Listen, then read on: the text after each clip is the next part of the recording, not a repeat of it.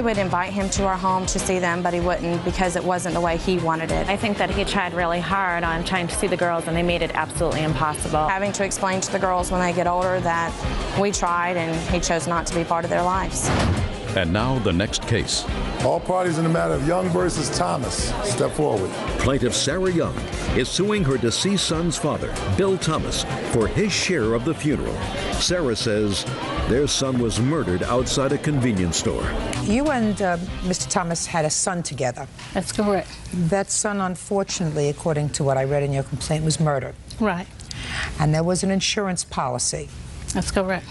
And the insurance policy was divided in half. Yes. You received half, and Mr. Thomas received half. That's correct. At the time that your son was murdered, you were in prison, Mr. Thomas, is that right? That's correct. How long had you been in prison? 3 years, 7 months, 14 days. And how old was your son when he was murdered? 23. You know the date of his death? Yes, I do. What was that? January the 10th, 2004. Now, what kind of an insurance policy did he have, Miss Young? He worked for UPS, and he had a life insurance on the job. And how much was the life insurance policy, the value that was paid? It was $24,300. And you received $12,000? Yes, I did. And Mr. Thomas received $12,000? Yes, he did. Is that right, Mr. Thomas? That's correct, Your Honor. Okay. How much did the funeral cost? The funeral was about $9,000. And you want him to pay for half of the burial, which would be about $4,500. Okay. And what do you say about that, Mr. Thomas? Well, the funeral Well is not an answer, Mr. Thomas. Yes, ma'am. The funeral only costs $3,484. You can prove that? Yes, ma'am. Let me see it, please.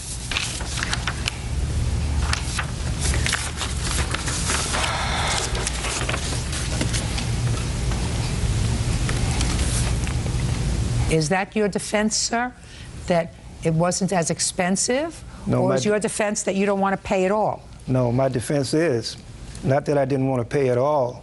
My defense is that I was never asked to pay anything to this day. The only time that I figured that I owed something is when I was served papers for $5,000. And I was away from my home at the time, and when I came home, and my wife said, your daughter came by and served some papers on you for her mother. You testified that you paid directly out of your money for the funeral, is that right? Yes. Can I see the checks to the funeral parlor and the undertaker? Hello.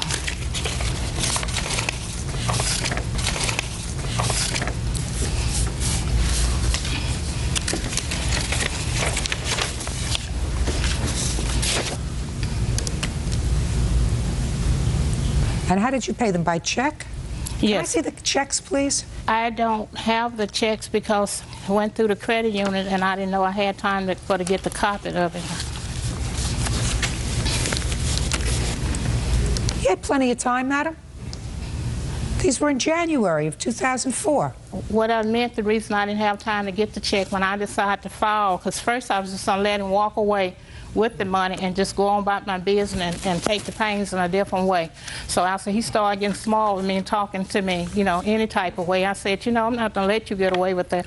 I spent 23 years old, 23 years climbing a pole, crawling on the house, taking care of my child. And then when he got killed, all you did is walked over and got half of the money. And I will not let you get away with that. And that's why I filed.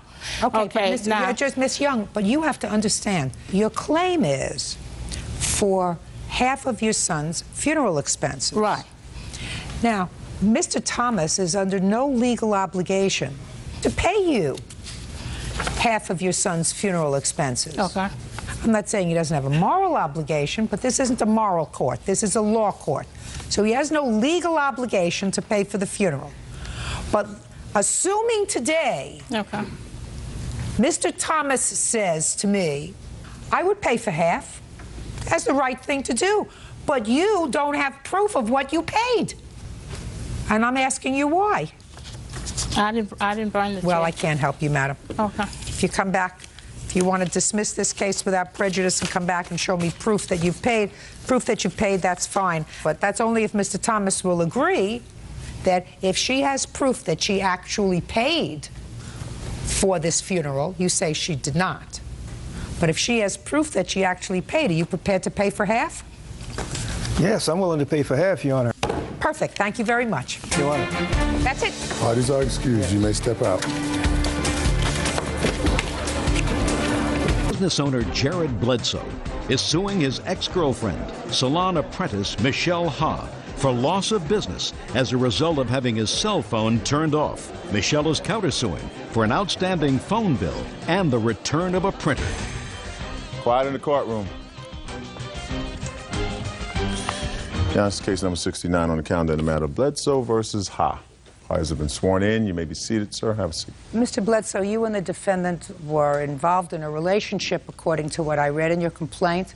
There came a time when you needed a cell phone. Correct. You didn't have sufficient credit to get one yourself, and Ms. Ha said that she would get one for you, as long as you agreed to pay the bills. Mm-hmm. She got a second phone on her account, or was this an account that you had solely for him? No, it was already, and he took it over. It was already in existence. Mm-hmm. Mm-hmm. And then you started a business. Correct. And you didn't have an office, per se, so that your cell phone was your office. Correct. We're a mobile service. So that you had business cards and stationery printed up, all with the cell phone number on it. Yes. What kind of business is this, Mr. Bledsoe? We manufacture and install a paint protection film for cars. It's otherwise known as a clear broad. It's on the front of the cars to protect them from getting rock chips. From getting what? From getting rock chips and damage on the front of the car. This is a lucrative business? Yes. And then the two of you broke up. Correct. This is what your lawsuit is about. You say that because Ms. Ha refused to let you keep the number, to keep the account going, and you lost the number, not only did you lose a lot of business, but all of the cards that you had printed up and the stationery that you had printed up are no good anymore because you had to get a different phone. Right. Explain to me, sir, how this is a lawsuit. All right. We had broken up in March of 2004, and until December of this past year, I was still paying the cell phone bill, still using the phone. She had contacted me and said that she wanted to get the cell phone out of her name, and I said, that's fine. And the following day, we were going to meet down at the Singular store because I needed her to go in and say it was okay for me to have that phone number. And so she agreed to go down there. She didn't show up that day. Then after we tried to meet and she wouldn't come, and eventually she said, I'm not going to give you the number. My brother, who's also a partner in business, also spoke with her on the phone for about 45 minutes one day trying to see what we could do to maintain this number, and she just refused to do it. We ended up that month of February going 33 days without any business due to not having anybody being able to contact us through the new number. Mr. Bledsoe, let's say I believe everything that you said to me. What you're complaining about is that she wasn't being a nice person, right? Correct. Correct. She knew without a doubt that without giving me that number, she knew she would hurt business. Where is her legal obligation to give you that number? I guess there's no legal obligation that she had to give me that number. That's true. But Ms. Ha has a counterclaim. She says you weren't paying the bill. The very last bill, I did not pay the very last bill. And what month was the very last bill, Mr. Bledsoe? The cell phone was turned off in the middle of January, so it would have been the December to January. When did you get that bill, Ms. Ha? Well, I received several bills, and I actually agreed to let him keep the phone as long as he paid for the bill. His brother first told me beg, and I said, nope, I'm not going to give him the phone. And I totally refused, and then finally, I said, you know what, you can keep the phone, just pay for the bill. I texted him, I said, you can keep the phone. He even texted me back and said, I appreciate that you're going to let me keep the phone. I thought everything was going to be squared away, he was going to go pay for it. He still didn't pay for it, so well, let me see the bill. This is just the one. Are they all outstanding bills? No, I'm sorry. Well, then just give me one thing. I'm getting older by the minute. You owed her $497.57. Originally, she had said that her mother was going to use that phone. Therefore, when I switched the numbers over, there wasn't going to be any cancellation fee or anything like that. Because she drew it out over a 3-week period of time, not deciding whether she wanted to give me a number or not, then they canceled the phone and they added on a $200 cancellation. They canceled the phone after 3 months, not 3 weeks. Had he been paying the bill regularly? Yes, until, well, it was never on time, but he was until the last. Well, why do you think, Mr. Bledsoe, that after she said she would let you keep the phone, she decided against it? If you like, if I could bring my brother up, because he Sure. spoke with her directly about that question. Your name? My name's Craig Bledsoe. I spoke to Michelle. You know, she agreed to give the number, and I don't know what her problem was, but all of a sudden she wouldn't do it. And then she would, and then she wouldn't. Just a second. Yes. That's a lie. Mr. Bledsoe, Yes. try looking at me. Okay. This is not an audition for an acting class, sir. Okay. Did she ever say to you, you owe a bill?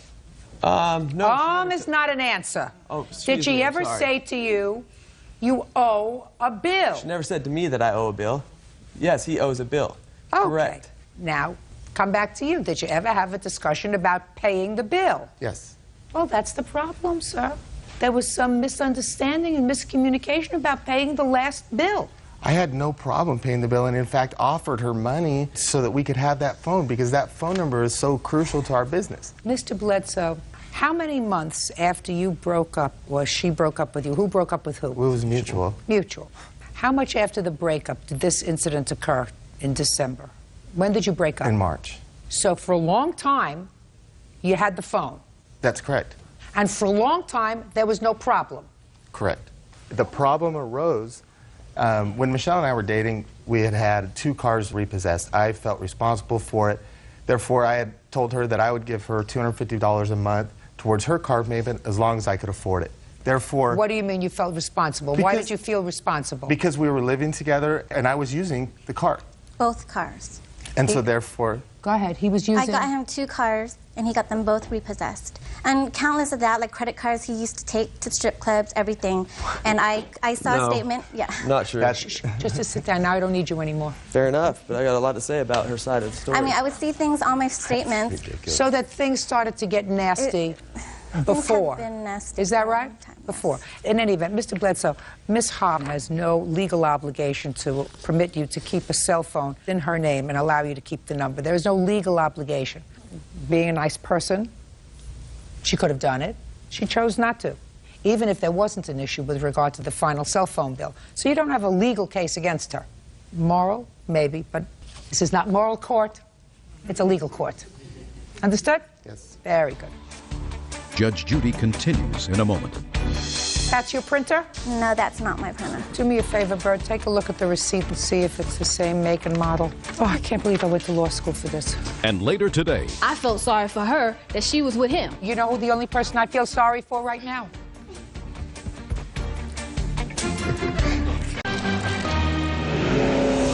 real cases, real people. Judge Judy. Jared Bledsoe says ex-girlfriend Michelle Ha owes for maliciously cutting off his cell phone. Michelle says Jared tried to skip out on the bill. Now, let's get to your counterclaim. As I said, I'm not deciding whether or not you were nice, you were not nice. All I want to know is how much he owes on the past due phone bill. $497. No, that's with the cancellation fee. I want it without the cancellation fee. $342.48. Good. $342.48. That's what you owe, sir. We had brought this, we had had a dispute about printer and a computer, so we had brought that to give to her. Officer Bird will take care of that. That's your printer? Can you turn it around, please? No, that's not my printer. Oh, gosh. See, I have a printer. It's a gray and black one, and when I got a computer, it came with it. And then when he gave me back my computer, he never gave me back my printer, and I have the receipt right here. Do me a favor, Bird. Take a look at the receipt that she has and see if it's the same make and model. Oh, I can't believe I went to law school for this. Was it Lexmark? Yeah. Mr. Bledsoe, does this one work or not work? It works. Good. Give it to her. Perfect. He owes you $342.48 for his phone bill. There's your printer. Goodbye. Good luck. Are you back in business? Yes, we are. Good. Good luck to you. Parties are excused. You may step out. I wanted to do this civilly, and he wouldn't take care of it outside, so he likes attention, so I gave it to him. As moral as she tries to act and she is, what would the moral thing have been to do in that situation? I just want all ties cut with him. I just think it's sad that this world's full of selfish people that are ignorant about the things that they do in their life. And now the next case. All parties in the matter of Austin versus Atwater Mayfield. Step forward, please. 26-year-old retail salesperson Courtney Austin is suing her former friend, maintenance technician Fred Atwater, and his fiancée, 23-year-old restaurant manager Sylvia Mayfield for collect calls from jail, gas money, and lost wages. Fred and Sylvia are countersuing for harassment. Miss Austin. Yes. According to your complaint, you and Mr. Atwater dated for a little while. Then he went to jail. Yes. Why is that funny? Because we never dated, Your Honor. It was just only... I said to her, according to her complaint, Okay. the two of you dated for a while and then you went to jail. I didn't think the going to jail part was funny. And while he was in jail, he made a series of collect calls to you. Correct. And it went something like this. He would call you and ask you to connect him on a three-way call Correct. to this lady here. Initially, it was his sister. Well, that's what he told you. That's what he told me. But I said, to Yes. this lady here. Yes. Who happens to be his fiancée or girlfriend. girlfriend. Yes. Shh. Now, every time he called you collect, it cost you $2.70. Correct. So you want him to pay for that. Correct. And then, after you found out that he had this girlfriend, somehow you became friendly enough with her so that she asked you to drive her up to jail to pay his bail. Correct. And not only did you do that once, you did it twice. Correct. And now, Miss Austin, you're bothering me because you want the money back for the collect calls that you accepted and your gas and time when you took her to jail. That he said he was going to pay for. Let's go back. You met him when? He introduced himself by leaving this note on my car. Okay. Where did he see you? He works in my complex. Okay. So it worked. I don't have to see that. He left a note on your car. Yes. You got to know him. According to him, you were friends. According to you, you dated for a little while. What I want to get to is, because I have other things to do today, and this isn't particularly fascinating to me. When women do stupid things, I get frustrated. At first, he told you, when he went to jail, by the way, what did you go to jail for? Child support order. Drug abuse and hitting her. Was it a civil commitment or a criminal commitment? It was civil. Civil. You hit her, and that's how you got in jail. Shut up! He told you when he called you from jail that the person he wanted you to connect him to was his sister. How many such phone calls did you accept under the assumption that you were connecting him to his sister? One. And after that, you heard that it was his girlfriend. No, I didn't know it was his girlfriend until she called me back trying to figure out who was three-waying the calls for him. And how many calls had you accepted up until that time? 2 or 3. And how many did you accept after you knew that she was the girlfriend? It says here 35. So, now we know that he's lied to you. Yes. And he's in jail. Yes. Why would you believe that he's going to pay you for these calls when he's lied to you about who the person is? He's not from that area. Me just moving from Los Angeles to Georgia, I was trying to put myself in his position, needing a friend. So I was trying to look out for him. It wasn't like I was trying to make him my husband, my man, or anything like that. We were friends. And in that, he told me that he had after I found out he had a girlfriend, and I took her, I felt sorry for her that she was with him. You know who the only person I feel sorry for right now?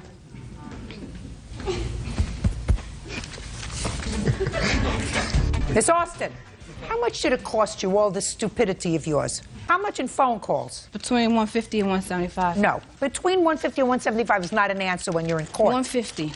$150. Now, Mr. Atwater, Yes, ma'am. who's supposed to pay that $150? Well, since we were friends, I appreciate the call she did herself for me, but Why didn't she collect the call? They ain't one have thing- a phone at the house. Quiet. for one thing, Your Honor, we had a cell phone. We didn't have a household phone then at the time, and we couldn't make collect calls to her, so I thought I would call her. And she was notified before she accepted the call, $270 per call. She had an option to hang It up does or not accept say that. If you say one more word, I'm just going to throw you out. Do you understand? Yes, Your Honor. Good. She was opted to either accept the call or not to. Did you tell her that you would pay her back for these I never calls? told Courtney I would pay her. She told me every time I would call her and she do the three-way, she'll tell me to hang up and call right back. I don't know what that means. Okay, like you get 15 minutes for $2.70. So after the phone call, the 15 minutes is up, she would tell me to hang up and call right back. And you would do that? Yes. She And accept the call every time. I didn't. Sorry. Am I looking in your direction? No. Mr. Atwater? Yes. Is it your statement to me that you never said to Miss Austin, please do this collect calls because we have no phone in our house, so if you do this for me, I'll pay you back when I get out? I never told her I was going to pay her. I don't believe that. See, that I don't believe. That I don't believe. I believe you told her you'd pay her back for the phone calls. That's Your one Honor. bit of stupidity. You may not have meant it, Mr. Atwater. Your Honor. I'm speaking. What did you ever do for her? I never did anything for her. That's what I mean. Why in the world? Because we were friends, Your Honor. That's all we were, friends. I'm speaking. Did Miss Mayfield know that she was your friend? Not at the time. She was in Miami at the time. Exactly. And I did. Quiet! Just to answer my question. I said, did Miss Mayfield know that Miss Austin was your fiancée? And you said no. That's the only information that I need. Now, as far as taking her to and from the jail, tell me how that came about. Fast! Basically, he told me that he was going to pay me the money when he got out. She needed to go pay his bail money. She had $500. His employer put up the other $500. I took her to go get the money from the employer. We went. We didn't make it that day. I had to take her back the next day to go pay his bail. They wouldn't release him because he had a drug charge and he had hit her, which is originally why he went into jail. Then we had to go the next day, something about getting his clothes because the county would put him in jail. You didn't have to do anything. No, I didn't. I did it out of goodness of my heart. That's right, so then don't bother me about it if you did it out of the goodness of your heart. No, he told me he was going to pay me for it. It wasn't like he said he was going to pay me for my trouble. Miss Austin, you did not have a contract with Mr. Atwater, and you certainly didn't I do have one right here. Yes, I do. Good, then let me see it. Exactly what I said, Miss Austin. It says you can threaten us all you want. We'll pay for your phone bill. Nowhere does it say that they're going to pay for you taking her to and from jail. I believe that he said to you, if you accept these collect calls, I'll put your hand down. That he agreed to pay for the phone bill, but for nothing else. So that's your claim, $150. Now you have a counterclaim for harassment. Yes. Get to it fast. Okay, and that statement right there, what she has on the second page, that was after she brought the cops to our house. So we put it. We put it in writing. The cop told her to go ahead and take it to the courtroom and file the claim. And she did that. Just a second. And she did that. You said here, I'm going to pay you the money for the phone bill. Stop bothering me. Exactly. Right. But she never stopped. Let's get to your counterclaim. You've got a counterclaim for harassment for $500. I'm going to hear you. 10 seconds or less.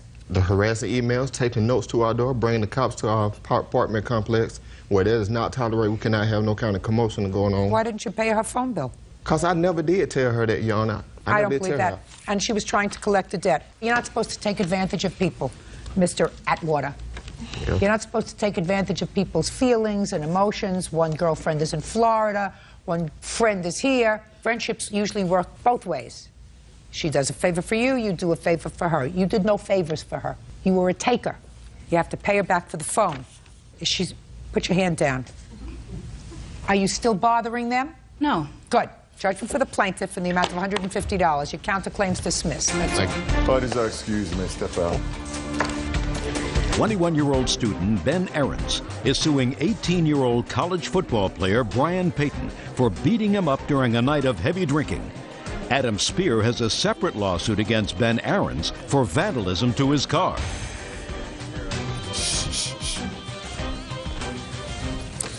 Yeah, this is case number 50 on the calendar, the matter of Ahrens versus Payton. Parties have been sworn in, Judge. You may be seated. You folks have a seat, please. All right, Mr. Ahrens, it is your claim that Mr. Payton assaulted you. Correct.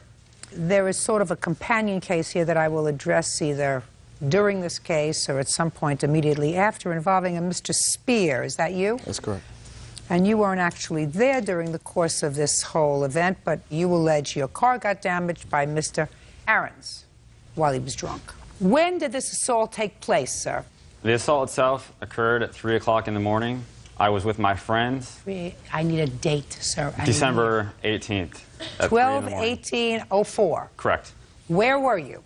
I was in the parking lot of the Hilton Hotel, located in Corvallis, Oregon. What were you doing there? My friend had a party right next door. It was his birthday party. And what time had you arrived at the party? 10 o'clock. How many people were there?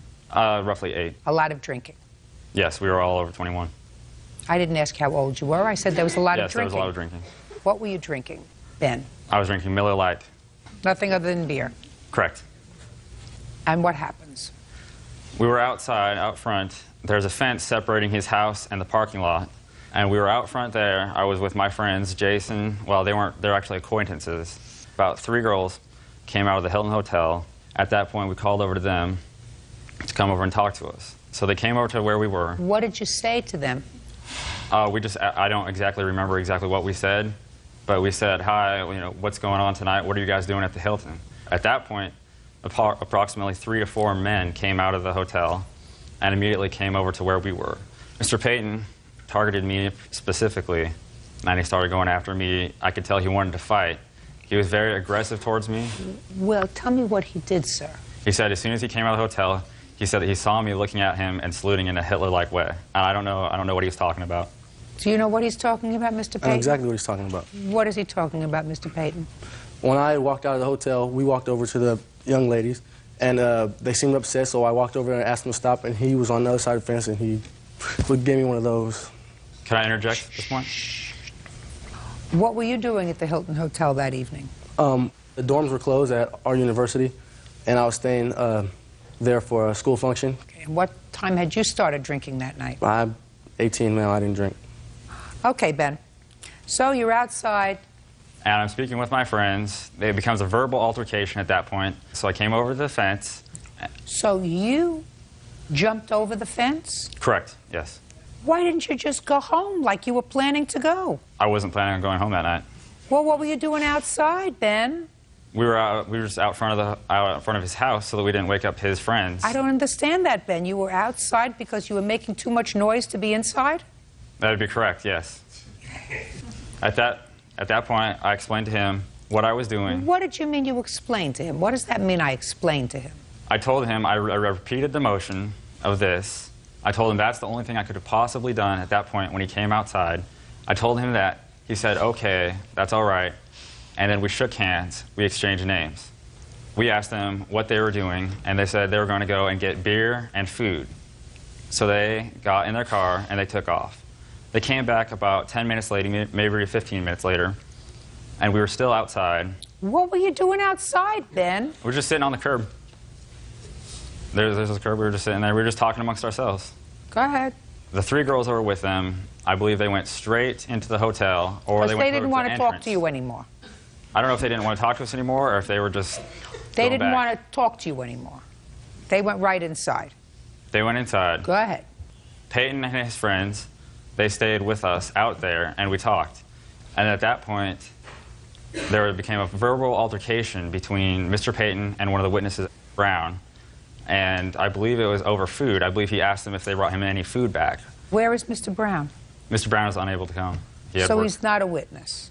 Okay. Because he's not here. Okay. So Mr. Brown, one of your friends, asked Mr. Peyton... Well, he wasn't my friend, he was my acquaintance. Your acquaintance? Correct. On your curb? Yes. Asked Mr. Peyton how come they didn't bring him back any food? Yes. You think that was because Mr. Brown maybe had a little too much to drink? Possibly, yes. Keep going. So at that point, there was a verbal altercation between him and Mr. Peyton, and I believe Jason might have gotten involved in it a little bit. At that point, I got up and I got in between them, and I pushed them aside, and then I'm not sure exactly what he did. That's about where my memory ends. Shortly after that point, it was because he had struck me to the face. I received a massive concussion. I have photos here if you'd like at this time. You can take a look at that. I fell back, I hit the concrete. I lost about 1.5 pints of blood. You can see my cheek there. It was possibly dislocated.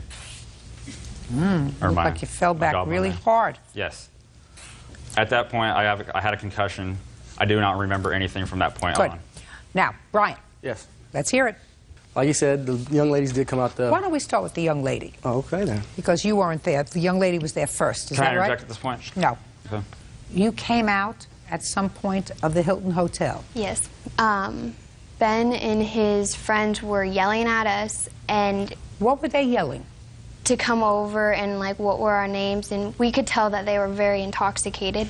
And then the boys came out and were like, these guys won't leave us alone. They keep yelling at us, and they're very intoxicated.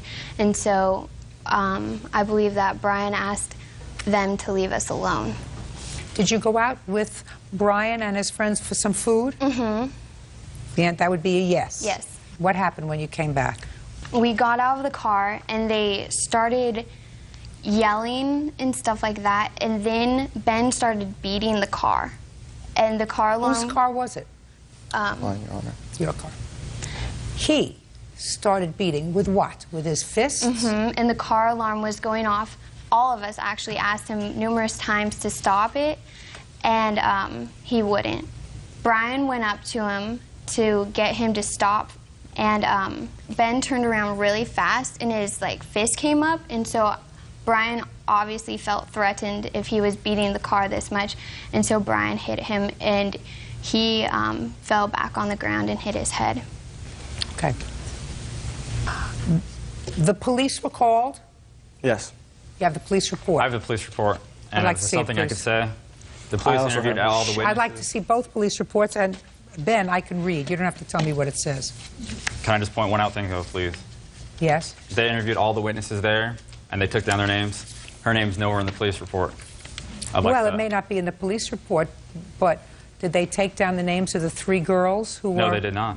Well, so? I don't recognize her at all. I'm not sure who she is. They interviewed everyone who was there at the time of the incident. Listen to me. You were so blind drunk, not a question in my mind, that you wouldn't know her if she came up and bit you in the behind. You said there were 3 girls that came out. It's my job to ascertain who tells the truth and who lies. She told a very cogent story. There is no reason to say that she's lying about being one of the 3 girls that came out that night that spoke to you. Why didn't the police interview her then? I have no idea, sir. I have enough trouble figuring out why I'm here. Judge Judy continues in a moment. We were drinking, him included. He started picking a fight. I can quote him on, I can kick 2 of your guys' right now. And, Hands off your hips. Real cases, real people. Judge Judy. Ben Aaron says, during a night of partying, he was assaulted by college football player Brian Payton. Brian says Ben was drunk and out of control. In a separate lawsuit, Adam Spear is suing Ben Aarons for denting his car. How did you get the injuries to your hands, sir? How did you get the injuries? I didn't have any injuries on my hands. I noted that Mr. Aarons had injuries to both of his hands. He had abrasions and red marks on his fingers that were consistent with him striking something. This is the photograph of the injury to my hands. This is the dent that my hands allegedly created. That's one hand. I'll take a look at it. Absolutely. If you look in the report, it says injuries to both hands. Right. If there is injury to both hands, you would see it. The only thing that photo shows is a red strap mark from where I was strapped into the stretcher. You can see that. No. Police officer noted, sir, that there were massive dents on a car. That would be Mr. Spear's car. And the police officer said to you, did you strike that car? And you said, I don't remember. That was the answer that you gave to the police. Correct. Police also said that in addition to beer, you drank liquor. Yes. That's what you told the police. Okay, yes. You didn't remember to tell me that. I'm sorry. Police officer also noted that you and your friends were all drunk. Right? Correct. Okay, good. Could I interject with one more thing, please? I have a medical report from when I was there. They did a full body analysis on me. There is nothing in there about any injury to my hands. The only thing I could have imagined that he would have seen is I have a medical injury. Let me explain something to you, sir. You hit his car. You were drunk, and you fisted his car. You may not remember it, but that's what you did. That's what happens when you drink too much. Ben? Allegedly, yes. That's what happens when you drink too much, sir. You act goofy and stupid. You try to pick up girls that don't want to have anything to do with you. You hang around where you shouldn't be hanging around outside. And you act goofy and stupid, and you get yourself into trouble when you drink too much. Isn't that right? Not entirely, no. Well, you were acting goofy and stupid, too, according to the police report. All of his friends were drunk. Oh, does it specify my name in there? Were you at the party? Yes, I was. And you weren't drunk? They didn't take individual steps. I didn't ask you that question, sir. I said... I was drinking, but I was not drunk, Your Honor. I'm here for a reason. I'm not his friend. I met him that night. Good. I'm here because I can remember things. Everybody else there was too wasted. Why? She wasn't wasted. Huh? I'm talking at the party that we were there. This young lady isn't wasted, sir. And you know what? She also wasn't there at the moment of the assault. Step up. Step up. Go ahead. kind of twisted that around a little bit. I'm not denying that he hit any car. I didn't. So let's start Okay, there. let's start there. He hit the car. I did not see him hit the car, no. Okay. So you weren't there the entire time? No, I was outside most of the time. I was inside for maybe 3 minutes the whole time. He was there when I actually got hit. And I was there and witnessed the assault. Let's hear it. Let's hear it? Okay. Take your hands off your hips. We were standing there having drinks. His friends and him among us had beer. They brought a case of beer. We were drinking, him included. He, Mr. Payton, was pretty hot-headed the whole time. The moment he came up, he started picking a fight with me and Brown, who's not here today. I can quote him on, you guys are pretty stupid. I don't want to hang out with you guys. I don't want to sit here and drink with you. I'm going back to my hotel. I can kick 2 of your guys' right now. That set me, who's pretty hot-headed, if you can't tell, and Brown off. We kind of got up in his face, and he did the same. Some words were said. That's when Ben said he came up and tried to break up the thing. He went back to the hotel for a while with the girls. We still hung out with his 2 other friends. He came back out. And hands off your hips. All right. He came back out. Some more words were said. Ben, at the time, was sitting on the curb drinking a beer. He stood up. Ben wasn't even looking at him. We were all talking. He walked over to Ben and cheap-shotted Ben in the jaw. So after they left, instead of going back to the house, you stayed in the parking lot. You remember why? It's a place to sit. We were there already. I can just stay where I want, I believe. It's not against the law. I love it when it all comes together. Just let him talk. Right? That's what you do best. Mm-hmm. Mr. Payton. Yes. Here's your problem, sir. Your problem is the statement that you made to the police. And the sum and substance of that statement was that he was loud and obnoxious and drunk. Yes. And he kept hitting on Mr. Spears' car. Correct. And you told him to stop. And he walked away, and he came back, and he hit the car again. And then you hit him. That's basically, yes, what happened. I didn't intentionally walk to him to hit him. Like, I came back around the vehicle because I walked through the back of the vehicle towards the Hilton. Whatever. Let me tell you what you said to the police. Okay. Mr. Payton, you said to the police, I told him to knock it off. Mr. Payton said that he started to walk away twice, and each time Mr. Aarons began striking the vehicle again. Mr. Payton said that he told Mr. Aarons one last time to quit striking the vehicle, and when he failed to stop, he hit him. Yeah. I asked Mr. Payton how many times he hit Mr. Aarons, and he said twice. And that you struck him both times in the face. Yes. And you said you were shocked that he fell down because you didn't think you'd hit him that hard. Well, but he was drunk. Yeah. Now you can stand up. I'm going to hear this other case. You want to get that folder now because I don't have to hear it twice. I've just heard the facts of the case. This is Spear against Aarons. Case number 49. Very good. You have an estimate for the damage to your car? Yes, I do. May I see it, please? Would you like the court fees that's been costing me? No, just the damage to the car. Yes, ma'am.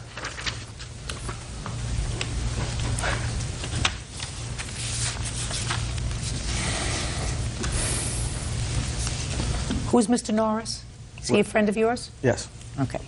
Let me tell you what Mr. Norris told the police. It says in the police report, this is the interview. Mr. Norris stated that after Mr. Payton told Mr. Aarons 3 different times to stop hitting the car, he walked up and struck him in the face. Yeah, I'm not denying that I hit him. You can't do that. Brian, you can't do that. Now, do you have any unreimbursed medical bills, sir? Yes, sir. Or ma'am. Hand them up.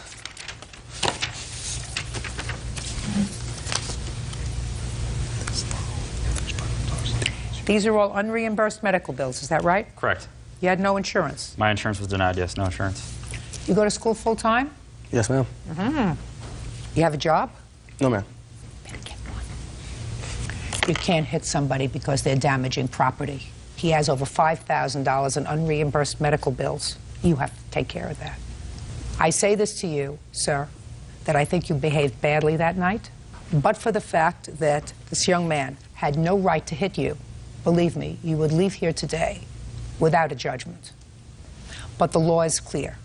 You cannot defend somebody else's property with physical violence. So I'm awarding you your judgment of $5,000. You are entitled to that. On your claim, I'm awarding you a judgment against Mr. Arans for $1,500 so that you can fix your car. Anything you want to say to me? I have right here a list of all the instances where people were hit by OSU football players in the past several months here, and I believe that this shows that there's a lot of animosity from athletes who are out of line and out of control. This happened at 3 a.m. past curfew. Listen to me, sir. I have no particular axe to grind. I don't even like athletes. What I don't like are young people who get so drunk that they can't remember what's happened. According to the, I'm speaking, according to the police, according to the doctor, you reeked of alcohol, you had no memory of the assault because you were drunk. Because if you had had any kind of negative vibes with them during the course of the evening, and if you were sober, I can't believe you would be stupid enough to sit in the parking lot of the hotel where they were staying, not you. That's what you keep wanting to answer me, sir, and I'm telling you, that's what happens when you're drunk and stupid. Bad things happen. That doesn't mean he had the right to assault you. It just means that your actions, your purposeful actions in consuming too much alcohol was the proximate cause of all of these events that spiraled out of control that night. And if that's the way you can consume your alcohol, I suggest to you that you don't drink anymore. This case is over. Thank you. Parties are excused. You may step out. Gudanian, step forward, please. Tracy Kennedy, a 28-year-old manicurist, claims her business neighbor, Bijan Gudanian, scammed her into moving out of her premises so he could move in. She says she was promised $3,000, but never received it. Order, all rise. Your Honor, this is case number 107 on the calendar in the matter of Kennedy versus Gudanian. Parties have been sworn in, Judge. You may be seated. Have a seat, sir. All right, well, this is an interesting story. Miss Kennedy, you had a beauty salon that was there prior to the defendant's business moving right next door. Is that right? His business was actually there, but he just bought it. There was the first owner there when I moved in. But he was not there when you moved in. Right. You have a beauty salon. He has a paging and cellular service business. Okay. And according to your complaint, you were in this salon for about 6 months when the defendant approached you and said that he was interested in expanding his space. Right. I was in there for a year, and he had been in there about 6 months when he approached me. Okay, so after a year he approached you and said? He pulled me aside on the front porch and said, "Can we talk for a few minutes?" I said, "Sure." He said that he was, wanted to know how long I intended on being in my space. And how long was your lease, Miss Kennedy? I didn't have a lease. I was month to month. But I did plan on being there for quite some time. How much was the rent on it? $525 a month. Okay. So the defendant approached you, according to your papers, and said, "I'm interested in expanding my business. Would you like to move?" Right. And you said what? I said I had no intentions of leaving. Then he said I would be willing to compensate you to leave, move your business elsewhere. And I said, you know, let me think about it for a little while, and I'll get back to you, but I really had no intentions at the time of leaving. I had only been there a year. So I said, let me think about it. 2 days later, I came back to him, and I said, yeah, I think I want to take up your offer. I think that instead of moving someplace else, I'm just going to, you know, go to work for someone else. The market's really hard to find someone in my business right now, and, you know, I would love to just work for someone else for a while. And I said, you know, I need enough money to pay my bills. What bills? The loans that I had on the salon. I had one from the bank, and I borrowed a couple $1,000s from my husband's parents. So how much did you ask him for? $3,000 was the agreed amount. And did he agree to giving you $3,000 if you would move? Yes. So he was really buying you out of your space, according to you. Basically, right. And what happened, according to your papers, right, which I read very carefully, was that eventually you were told that when he went to negotiate his lease with the landlord, he said to him, "I'll give you half of what she was paying in rent." Right. The landlord said, absolutely not. Right. He then came next door to me and said the deal's not going to go through, but by then I had already given my girls notice and found another place. How many employees did you have? I had 2 girls at the time. Okay. Ultimately, you did move into that space, sir, is that right? That's correct, Your Honor. And you didn't give her the $3,000? There was no agreement about $3,000, Your Honor. Well, I'd like to hear your version of what happened. Okay, I'll be happy to. Actually, she's right. I approached her. We casually asked her what her plans are, and told her about my intentions to move. I need a larger place. And at that point, she says, well, I've been thinking of moving. My business is not doing well. And I'll give you an answer. I got to talk it over with my husband. I'll give you an answer. And then a couple days later, she approached me and said, yes, indeed, I've talked it over, and I've decided to move. And she asked me for compensation. I said, Tracy, this is not, the right time to talk about anything at all. No. I don't even know. No. Just a sec. Shh. Ms. Kennedy. Shh.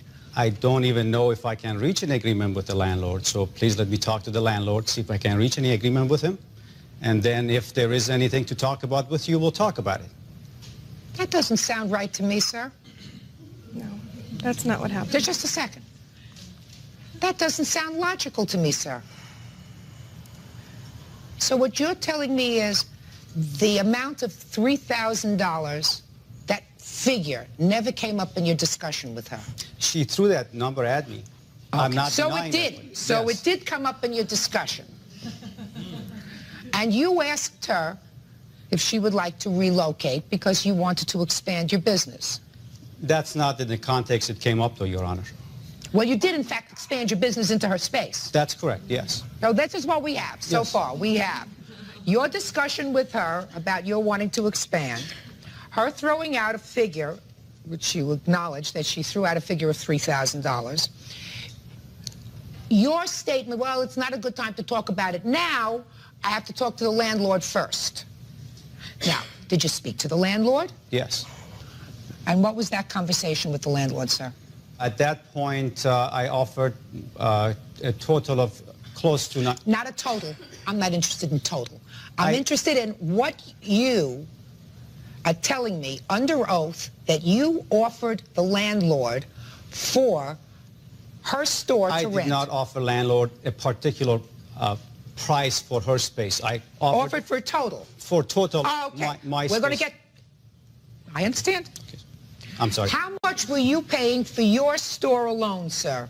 $550, $551. For your store alone? That's correct. And what did you offer the landlord for both places? $900.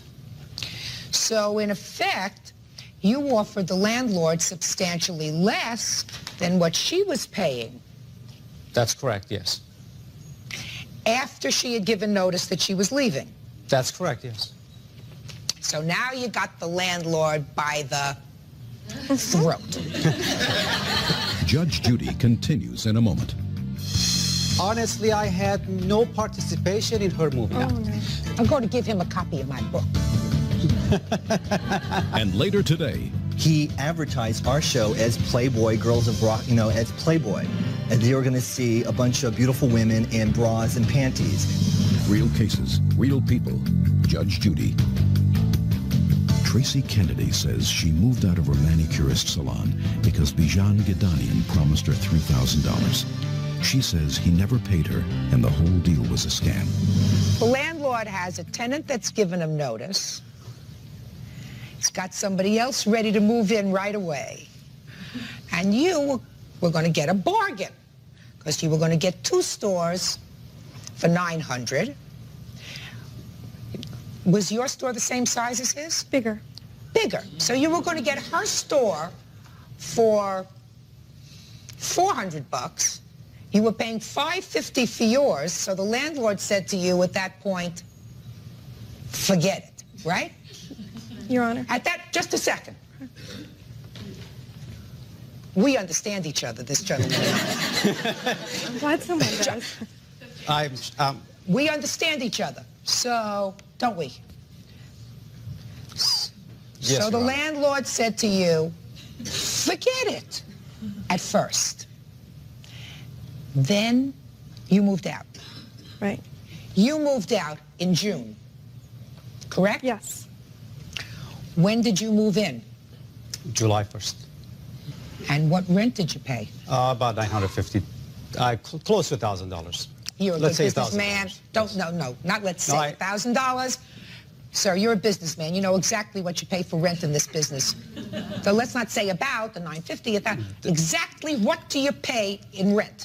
Your Honor, the only reason I say about, because the rent itself is the rent, but there are some other triple nets and what have you that figures in that I'm not quite sure. That's what I'm saying about. That's why I say about $1,000.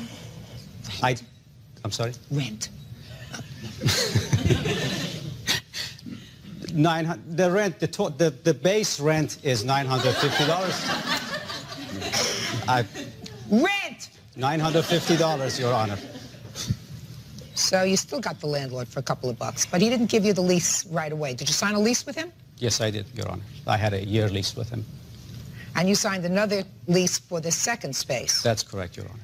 at a monthly rent of $950. That's correct, Your Honor. So the landlord lost out. So where's her money? There was no money agreed upon, Your Honor, to begin with. She did not have to move. Honestly, I had no participation in her moving out. No. All I had with her was just a casual conversation for her, what are your plans? And she acted upon that. I had to give him a copy of my book. Sir. Yes, ma'am. Yes, Your Honor. I come from an old business family. My grandfather was in the appliance business years and years ago, and he's been long dead. I adored my grandfather.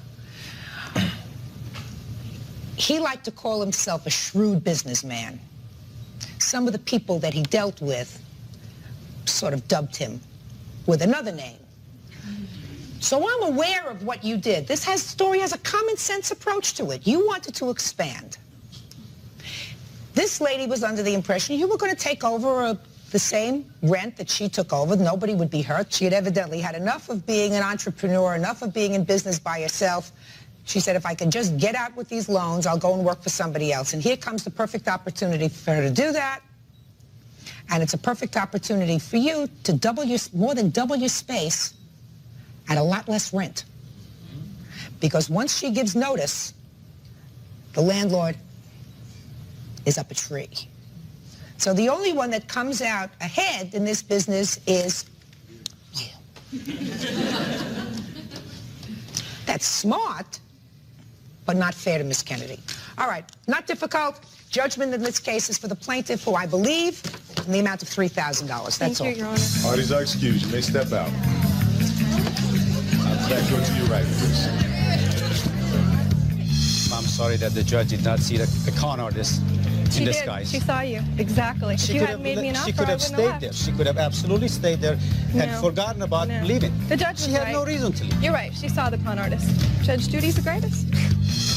And now the next case. Parties on Russell versus Heinold. Step forward, please. 32-year-old entertainer Karen Russell is suing booking agent Chuck Heinold for non-payment of a performance fee. Heinold says the act wasn't what was promised. Ms. Russell, according to your complaint, you are an entertainer and have a group of entertainers that you work with. You dance and sing. You have a review kind of act. Is that right? According to your complaint, you performed in Bakersfield and you weren't paid. That's correct. Mm-hmm. The defendant is not the person who didn't pay you. The club, according to these papers, stopped payment on the check. This is true. So why are you suing him? Who is he and why are you suing him? This is the booking agent, Chuck Heinold. In my contract with the casino is with him representing me. With who representing you? Chuck Heinold representing me. Let me see your contract. Go ahead. And when we were doing business with Chuck, he knew at that time the type of show that we were producing.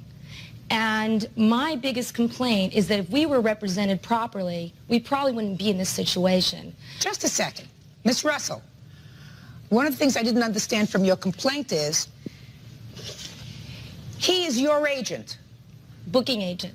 He is your agent. That's correct. He didn't get paid.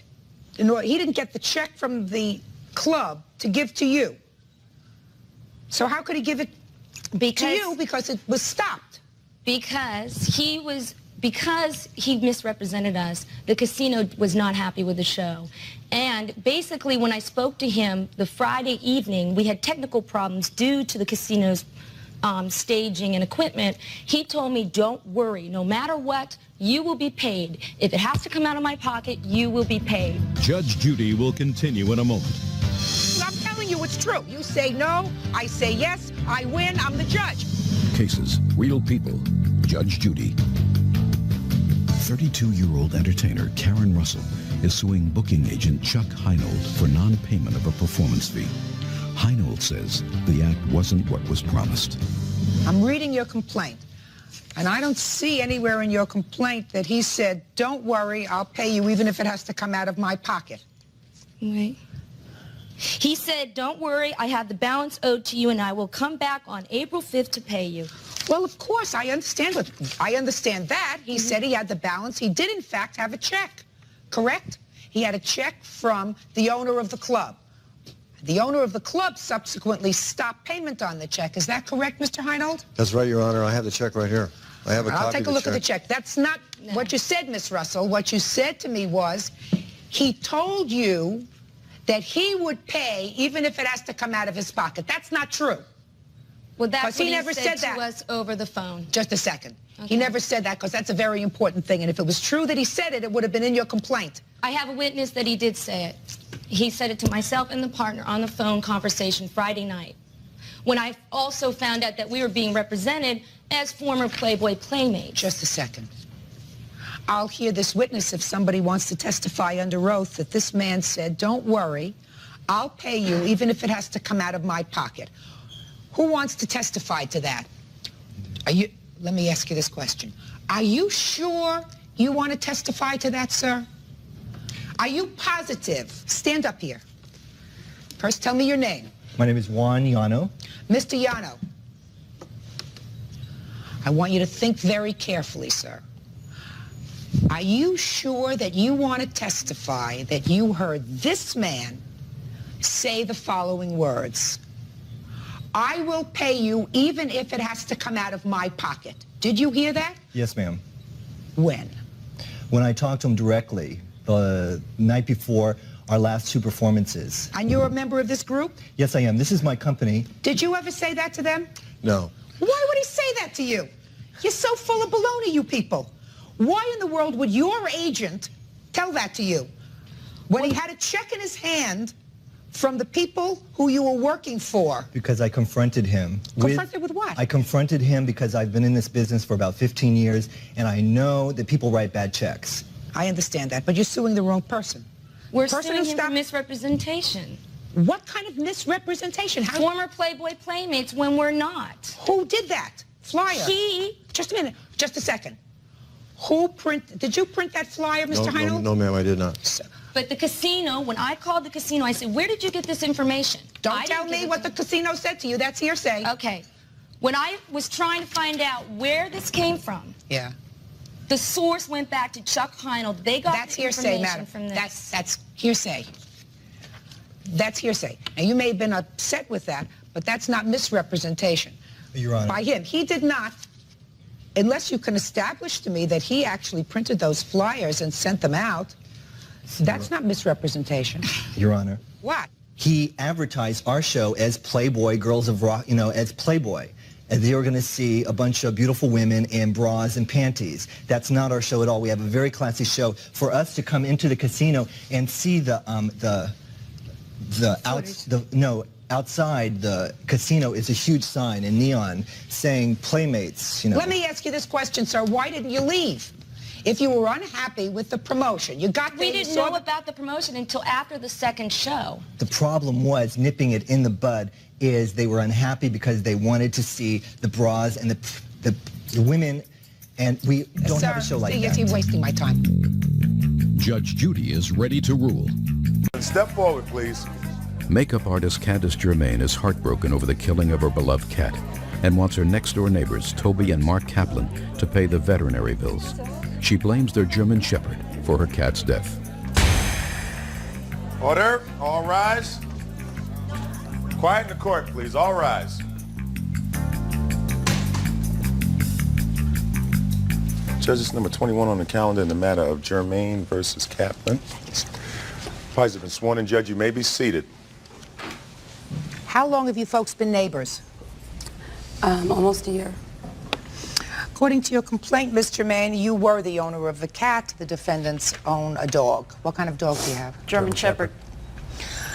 And unfortunately, you allege that their dog injured and your cat subsequently died as a result of those injuries. Yes. And you are seeking the vet bills that you incurred. Now, why don't you tell me how that happened? I was in my backyard watering, and Toby came to my gate and called out my name and said, "Candace?" And I said yes, and she was very calm about it. So I said, "Go to the front door," because my gate was locked. So on my way to the front door, I stopped, I got a glass of water. I took my time because it didn't sound urgent. I got to my front door, I saw she was holding my cat, and I said, "Oh," I go, "my cat looks dead." I go, "But sometimes they look that way." Then I noticed her tongue was hanging out of her mouth, and I said, "Oh my God, what happened?" And she said, "Well, we had just gotten home with our family, and I let my dog in your yard, as I usually do, to go to the bathroom." That's not true. That is exactly what was said. And she said, it took me no more than a few minutes to bring my baby carrier in the house, and then she said the dog came back with my cat in her mouth. Where had your cat been?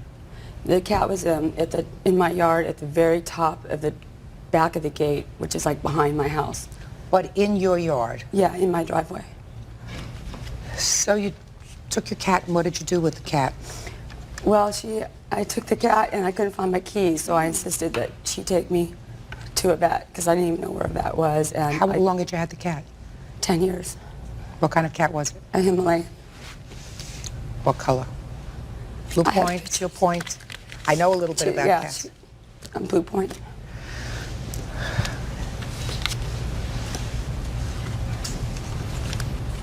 I love their faces, don't you? I know, they're a totally different kind of a cat, if you know. They're not like regular cats. My son had seen the cat up in the driveway 5 minutes prior to her coming to my fence with the cat. Okay, so you took the cat to the vet, and what happened when you took the cat to the vet? They said she had severe trauma, and that they did x-rays on her, and they said that she needed to stay overnight for care, that she wasn't well enough for me to take her home, but they didn't provide care there. So I had to take her to Studio City for overnight care. And they told me, just go ahead, pick up your cat at 8 a.m. She'll be, ready to go back to the vet. I called them right before I left my house, and it seemed everything was okay. When I got there, they said that she's gone the other direction. She'd never make it back. So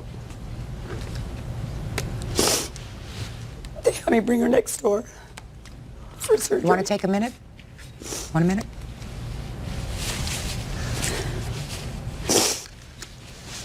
So I took her, or they transported her next door to the Studio City Animal Hospital. When they spoke with me, and they did not say that, she's not going to make it or anything. They just said that we can't, say either way. And I said to go ahead. What did they want to do? They said she needed to do surgery because her lungs, she had a leak in her lungs, or air in her lungs, from the punctures. So they did the surgery? Yeah. Then they sent her back over to the overnight, and I kept checking on her. One time I checked on her, and they said she was stabilized, and then I checked on her again, and they said she wasn't doing well.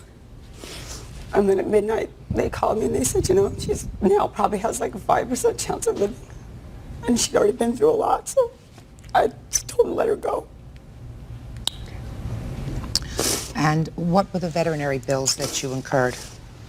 I have them on here. $14.34. And that's just from Studio City Animal Hospital, the overnight care. I paid cash. That was a couple $100. And then Sherman Oaks Veterinary, the first place I took her to, was a little over $300. Do you have those bills? Those are all the bills. That's the overnight. All right. This is the total for, and then here's Sherman Oaks Veterinary Group. Thank you.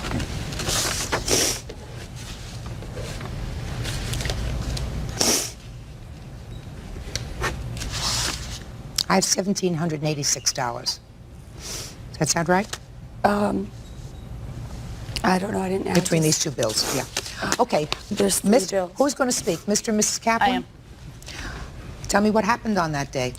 We were at home. We had finished our dinner, and then we went out to get my daughter's booster seat out of my husband's car, and we brought the dog out with us. She comes out with us oftentimes and stays right near us, or she'll go piddle and come back. But she was not on a leash. She was not on a leash.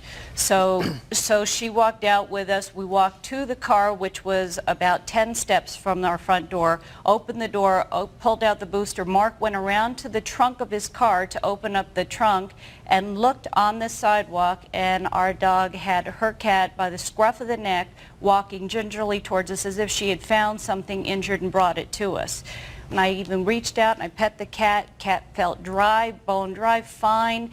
Didn't even have any indication that anything was wrong. Looked up at me, and I thought, well, I don't know why she even brought it over. She's never done that. And we started to walk away. The cat got up and started to walk towards the house. And when she was walking, I thought she looked a little funny. So I thought, well, let me check and see. Maybe this is the way the cat is, or maybe there's a problem. So I picked up the cat, and she still hadn't said anything. We hadn't heard anything, seen anything. I picked her up, and I went to Candace's front door and knocked.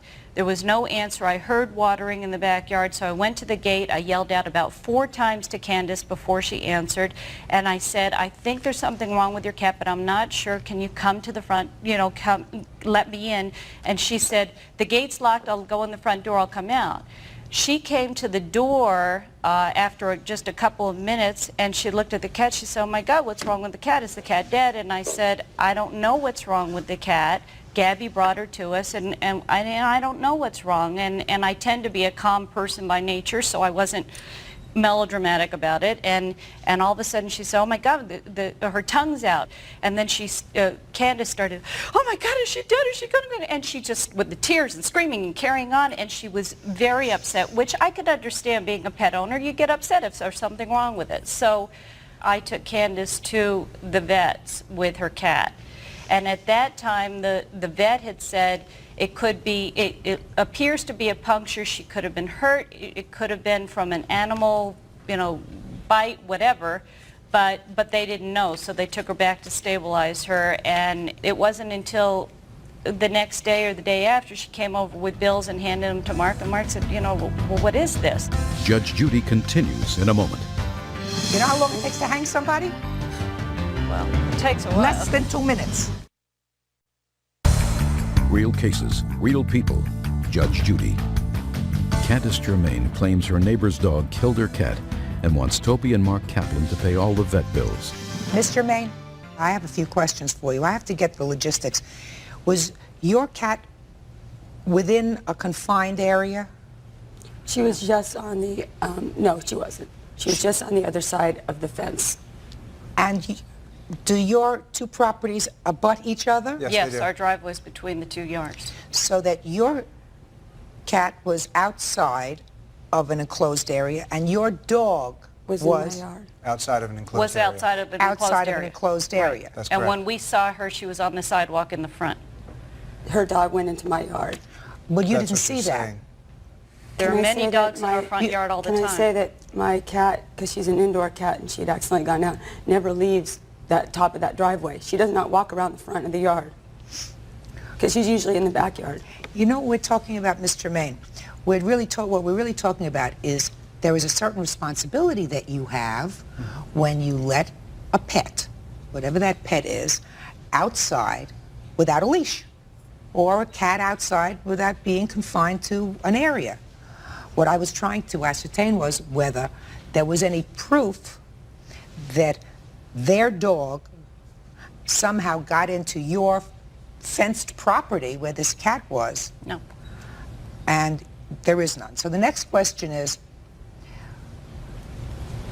did the dog actually do the damage to this cat? Now, I want you to describe to me how this German Shepherd came to you with this cat in his mouth. Well, she was carrying the cat by the scruff of the neck like a female dog would carry its pups. And the cat was just sitting there. She wasn't trying to get away. She wasn't doing anything. She was just carrying.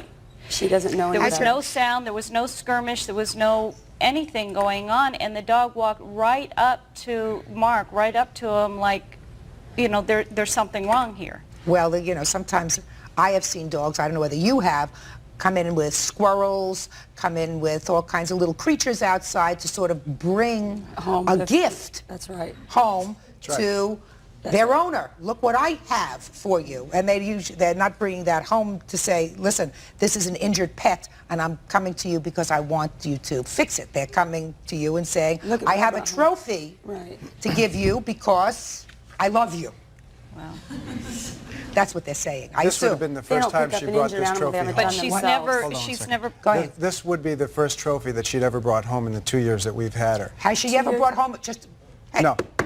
Has she ever brought home a sick pet for you to help? Nothing. No. So she has never brought home a sick pet for you to help, which is really what you are suggesting. Well, she also never carries anything ever in her mouth. She won't even fetch a ball. She won't do anything. But she did this time. She did. Yeah. She did this time. Right. And so your supposition that she was bringing you home a sick pet to show you that she had brought home an injured animal is merely supposition. I want to tell you right now that it strikes me more likely that for whatever reason she was bringing home a trophy to her owners. And unfortunately the trophy Well, it was hers. less than a 2-minute period of time, though, that it was there, and the... You know how long it takes to hang somebody? Well, it takes a while. Less than 2 minutes. Judge Judy is ready to rule. And later today, And actually, I feel sorry for her new boyfriend because she's probably going to ruin him like she has me. So. real cases, real people. Judge Judy. Toby and Mark Kaplan say they shouldn't be held responsible for the death of Candace Germain's cat. That any dog in the neighborhood could have been responsible, not just their German Shepherd. I'm not a German Shepherd psychiatrist, and I'm not a behavioral scientist, so I can't tell you what German Shepherds usually do. All I can tell you is you have a dog that you've just told me never did anything like this before. Right. But did it now? It carried a cat to me, yes. And so, based upon the proof that I have, which is she had a live cat with no problem, and your dog brought her cat, your big German Shepherd brought her little Himalayan cat in the mouth. The cat suffered trauma. Cat didn't survive. It appears to me that I am satisfied by the required quantum of proof in these proceedings, which doesn't have to be proof beyond a reasonable doubt. It has to be proof by what we call a preponderance of the evidence. You know, more evidence than not. Your dog caused these injuries, so you're responsible for these bills. I would also suggest to you that when you have a big dog, and now you have a big dog that for one reason or another brought you prey once, that you see to it that that dog is not let out without a leash, even for a minute, unless it's in your enclosed property. Because you never can tell a dog that is perfectly fine for years and years all of a sudden goes off like that. So I am satisfied that the injuries that were caused to her cat, which resulted in the cat's death and the subsequent medical bills that she is responsible for, were a result of what your dog did, and I'm awarding the plaintiff $1,786. Thank you, that's all. Thank you. Excuse, you may step out. I'll back to your right, please. Sure. Thank you. We wanted to keep peace in the neighborhood and not have problems, and it hasn't been since this incident. In the rudeness towards us from them, the cold shoulders, which is understandable though, and then sprinklers shooting up over our cars that are on our yard that haven't been fixed, and loud music that vibrates our house and everything, and so, you know, they're just rude to us. Parties on Bonnet versus Roberts. Step forward. 35-year-old engineer Ronald Burnett is suing his ex-wife, Sandra Roberts, over a check that bounced. Mr. Barnett, the defendant has been served in this action and has not appeared, so I'm prepared to enter a default judgment in your favor, sir. But before I do, there are several questions that I have. Yes, ma'am. According to your complaint, the defendant, who is your ex-wife, borrowed money from you. Well, actually it wasn't borrowed. She asked for the checks, or she gave me checks because she needed the cash immediately. And her landlord... First of all, why would you lend your ex-wife money in the first place? Well, she was living with me. Why? After... Why? Well, she has a 2-year-old son who, well, actually he's 5 years old now. He's 2 years old when I first met him. He doesn't have a biological father of record. So he called me his father, and I'm very attached to the little boy. So I went and allowed her to come back and live with me for the little boy's sake, because she come back from wherever, Missouri, I believe it was, and until she found a place of her own. I allowed her to stay with me. How long did she stay with you? Oh, it was about 3 months till about January. And then an incident occurred where she started having a lot of her male friends calling in the middle of the night, and she'd talk to them for hours. She wasn't providing anything around the house. She was like basically living as if I was, a parent or something, taking care of her. And so I asked her to leave, and then she got violent one day on the car. I was picking her up from work. She didn't have a vehicle at the time. She took the mirror off and started hitting me with it and stuff. So I said, you have to leave. You have to go. And it's not good for the environment of your son. So she got an apartment and all. Well, she started getting behind on her bills because she, for whatever reason, and she basically wanted to either come back to live with me or, she needed help with her bills. So for the little boy's sake, and I still have feelings for her. I mean, I know in my head that, it never worked out between us. I still care for her and adore the child. So... Do you visit with the child? I was up until recently, until all this mess with the checks go, and so I haven't seen him quite a while now. That's too bad. Yes, it is. I feel sorry for the little boy, and then I feel sorry for myself, of course. Judge Judy continues in a moment. How much did you give her that she failed to return? Okay, what it was at the time I didn't even have money, but she needed $250 immediately for her rent in cash. So she wrote me a check out, but I didn't have the cash in my account at the time. And she needed it that night. Then I finally agreed to give it to her. So I went to the National Check Cashiers, and they have a $37.50 charge. So she wrote me a check for the $250 plus the additional $37.50. And then she told me about her car being in the shop, and she couldn't get her car out unless she had the money for it. And it was additional $250. So we went to her car shop, and I wrote her $250, and she told me at that time, she says, well, I get paid Saturday. This is like on Thursday. She said, the money will be good by Monday. So she wrote me the second check for $250, which is what I wrote out to the car dealership. And I have all this information here. So far I'm up to $537.50. Right. And so it comes to Monday, so I held up. I didn't really need the money at that time, so I held up to the Monday, go to her bank, and I asked him, I said, do you have the money in the account? No, we don't. So then I tried getting hold of her. She avoids my calls, and... But she still owes you the money. She stopped payment. According to your paper, she stopped payment on these checks. Yeah, well, eventually, then I deposited the checks. I was trying to do is prevent her from getting her bounce check charges, and from me getting them. So all told, including, sir, the fees for these checks being stopped, came to $602. Right, well, that included the mirror, because one of the things I was asking for was that she reimbursed, because then when I got upset with this, and she promised she would never hit me with the mirror and stuff again, then she turned around and then she did this with the check. So I said, well, I'm going to go for a reimbursement of where you broke the mirror. That doesn't count the medical payments of where she injured me with the mirror. How did she injure you with the mirror? Oh, when she broke it off, she started beating me with it. Where? Oh, I put my hands up, so I have them about my wrist and arms and stuff. Mr. Barnett, you better put a period to the end of this relationship. Oh, it's already happened. Okay. Judgment in this case is for the plaintiff in the amount of $602, the amount of his request. Thank you, sir. Excuse me. Step out, sir. And on the next... Villa versus Casares. Step forward, please. Beauty salon owner Jill Villa claims her manicurist, Erica Casares, quit before her one-year lease was up. Erica says Jill turned the salon into a shopfront church for gangsters. Order. All rise. Quiet in the courtroom, please. Your Honor, it's number 103 on the calendar in the matter of Villa versus Casares. Parties have been sworn in. Judge, you may be seated. Have a seat, please. Miss Villa, you have a beauty salon, and according to your complaint, you rent space in that beauty salon to independent contractors. Right. Such as the defendant, who is a nail specialist. Look nice. You rented her space in your salon at the rate of $200 a month, is that right? Right. You say that she, and it was a 3-year lease. It was a 1-year lease. It was a 1-year lease. 1-year lease.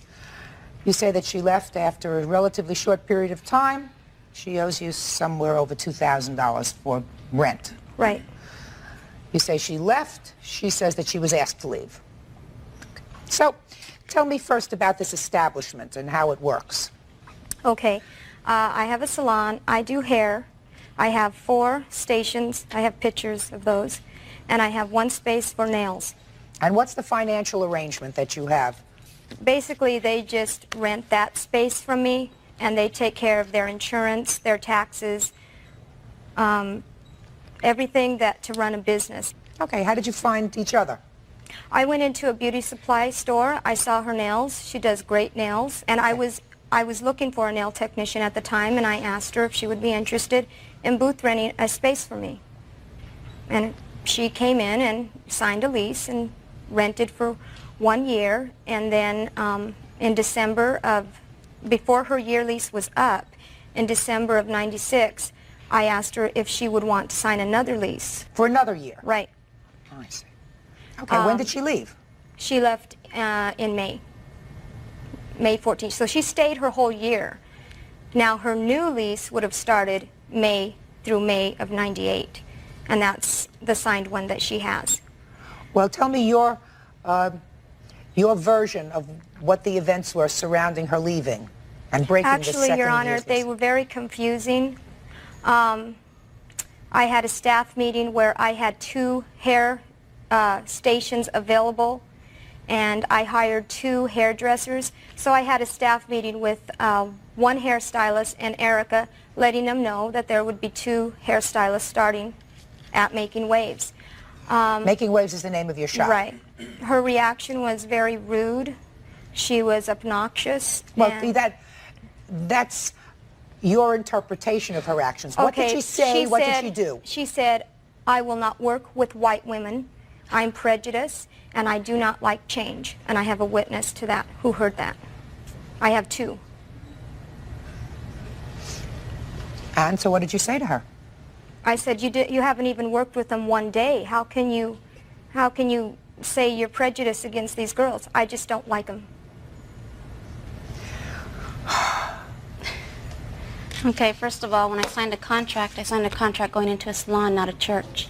And that's exactly what the salon turned into. Explain that to me. Well, she got religious, which is fine, that's her business. And she had the pastor there all the time. Who's the pastor? Right over there. What were they doing? Running their church out of the salon. What does that That's mean, not running true. their church out? Shh. That's not true. What does that mean, running their church out of the salon? They had their own phone line in there. The pastor was always there. The men's home, which is these men that they're trying to, from prison, that they're trying to turn over, I don't know, to make them better men, I guess. We're always there. Okay, these are men that have been in prison for really bad So they were crimes. coming into the salon. Right. So when I have a client sitting there, they're seeing this man there with all these tattoos on his neck, all these men. They don't want to be there. They're uncomfortable. My clients come in to get their nails done, not to be preached to. And what they do is preach God to my clients. My clients did not want to hear about God. While they were having their nails done? Yes, they have. Step up here, sir. And Jennifer's witness to that. Get to you in a minute. Tell me your name. Robert Dominguez. Mr. Dominguez, when did you become involved with this salon? When Jill and her husband first started coming to our church, and when was that? That was in '96. Jill had offered me a corner there to have a phone there so that I can do business and make contact with people for the crusade that we were organizing. Tell for me that about city. the crusade. What a crusade is there is we reach out to the gang members, the drug addicts, those that are considered outcasts of society, And during that time, since we were just beginning there in that city, and finances at the time were very, very short, so Jill had offered me a corner. She offered me to that I could put a phone there. And from that point on, one thing I need to make clear is I don't force the gospel on anybody. People ask me, and I in turn respond. Sir, I am correct, therefore, that when you say you reach out to gang members, you reach out to drug addicts, and you reach out to former prison inmates, you reach out to them and ask them to come in so that you can counsel them. Is that correct? Witness to them. Witness to them, counsel them, whatever. And you were doing this witnessing or counseling in this salon. No, it wasn't. No, not in the salon. Are you telling me, sir, that you never had any of these people who you were trying to reach come into the salon? No. They never did? No. The men's home were there during the crusade. I wasn't counseling them. I wasn't witnessing to them. They were part of the workforce of helping me organize this crusade. Mr. Dominguez, maybe we're not understanding each other, sir. Did the people that you were involved with, either people who were reformed and then reaching out, or the people that you were reaching out to, ever come into the salon? Yes, they did. That's right.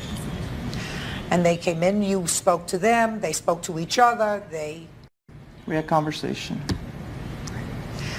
Did you ever speak to any of the defendant's clients while they were having their nails done or while they were waiting to have their nails done? When I was asked. When I was asked either by Erica, or I was either introduced to them, or they would ask me questions once they That's a lot of ors.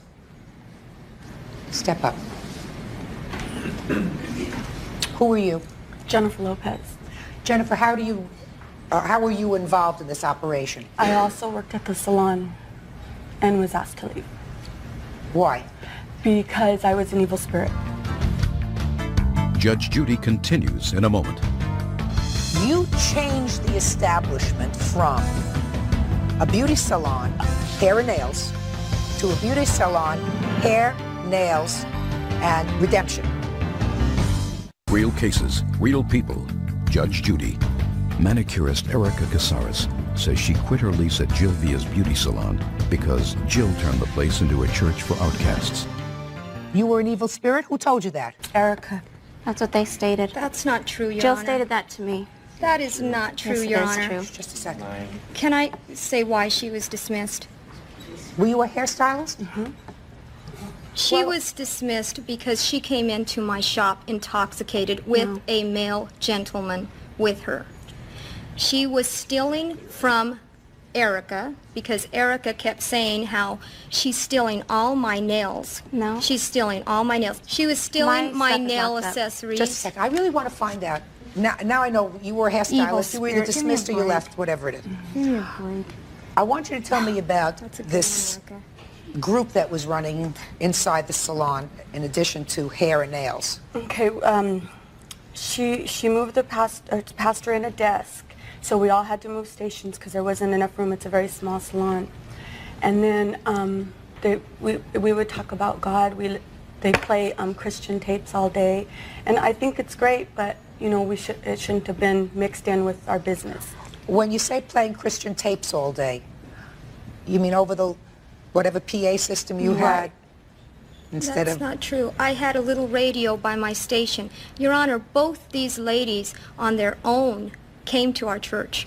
They were part of our church. That's good. Yeah, that's great. Good. That's fine because that's where the church I never heard that there was a problem. I never heard that there was a problem in the salon. Never. Ms. Casares, I've heard from Ms. Villa about what she recalls of the time that you told her that you were leaving. I'd like you to tell me about the day. She asked me to leave. Well, tell me about it. I just told her I was no longer happy there. You can't tell Jill nothing about the church. So you told her you were not happy? Right. And what, and? Before I signed the contract, she stated in front of me, Jennifer, and Mary Alice, Anytime we were not happy, we were allowed to leave. She was holding nobody to their contract. She had done that before, and she didn't want nobody else to be there that were not happy. Okay, So we had a verbal agreement that when we were not happy, we can let her know and we can leave. Well, let me tell you what the law is. The law is when you sign a contract, and it's a contract for property, you can't go outside that contract for an interpretation. So whatever you sign is what you're bound to. Do you understand? Yeah, that's why we have contracts, and that's why we have laws surrounding contracts. You call what you're suggesting, we call parole evidence, which means evidence that goes outside the four corners of that document. And you can't do that. So I want you to be smart the next time. You don't sign an agreement with the understanding, well, we have a side agreement, which is if you're not happy, you can break this contract. Because that doesn't make sense. If that's your agreement, then what do you need a contract for? Right? If your agreement is, if you're not happy, you can leave, then why would she ask you to sign a contract? You understand? She needed it for books or something. Baloney. Come on. Ms. Caceres, what I'd like you to tell me about this phone conversation that you had. You told her you were leaving because you weren't happy. Right. And then she called you on the phone and said, tell me why you're not happy. I just told her. I said, it's because of the church thing. I can't handle it being in there. I was losing clients. Without clients, I make no money. With no money, I cannot pay rent. That's just, and you can ask her, last month, I was so slow there. And it's because I was losing clients. I have statements here. I can't read statements. And then, statements are not admissible. Well, after that, she just asked me, when I told her about the church thing, she goes, when can you be out of here? So to me, that was throwing me out by asking me when I could be out of there. So I told her. I turned around, I looked at my husband, I go, when can we go get my stuff? He said, right now. I went and picked up my stuff. I was out of there. That's all the phone conversation was.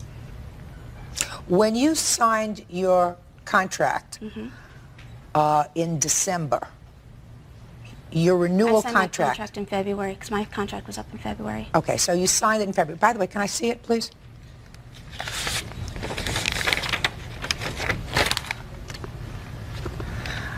Ms. Caceres, listen to me very carefully. You signed this contract December 20th, 1996 is the date you signed it, not February. Okay, February was when my contract was up, my first one.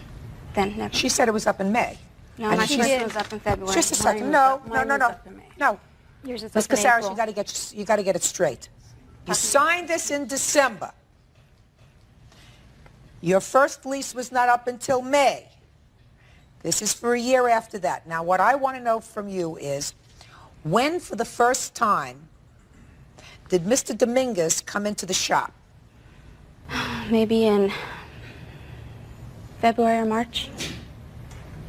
February, I don't know. I don't know when he came in. Did he come in before or after you signed this new lease? After. Is that correct, sir? Yes, Your Honor.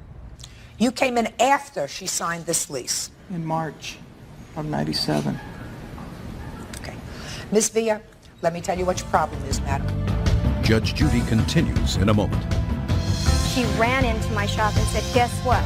Brian down the street wants me, and he wants me bad. Real cases, real people. Judge Judy. I'm not sure, nor will I ever be certain, of the reason that Ms. Caceres left, whether you asked her to leave or whether she said, I'm leaving. She contracted for space in a beauty salon, not a beauty salon / mission.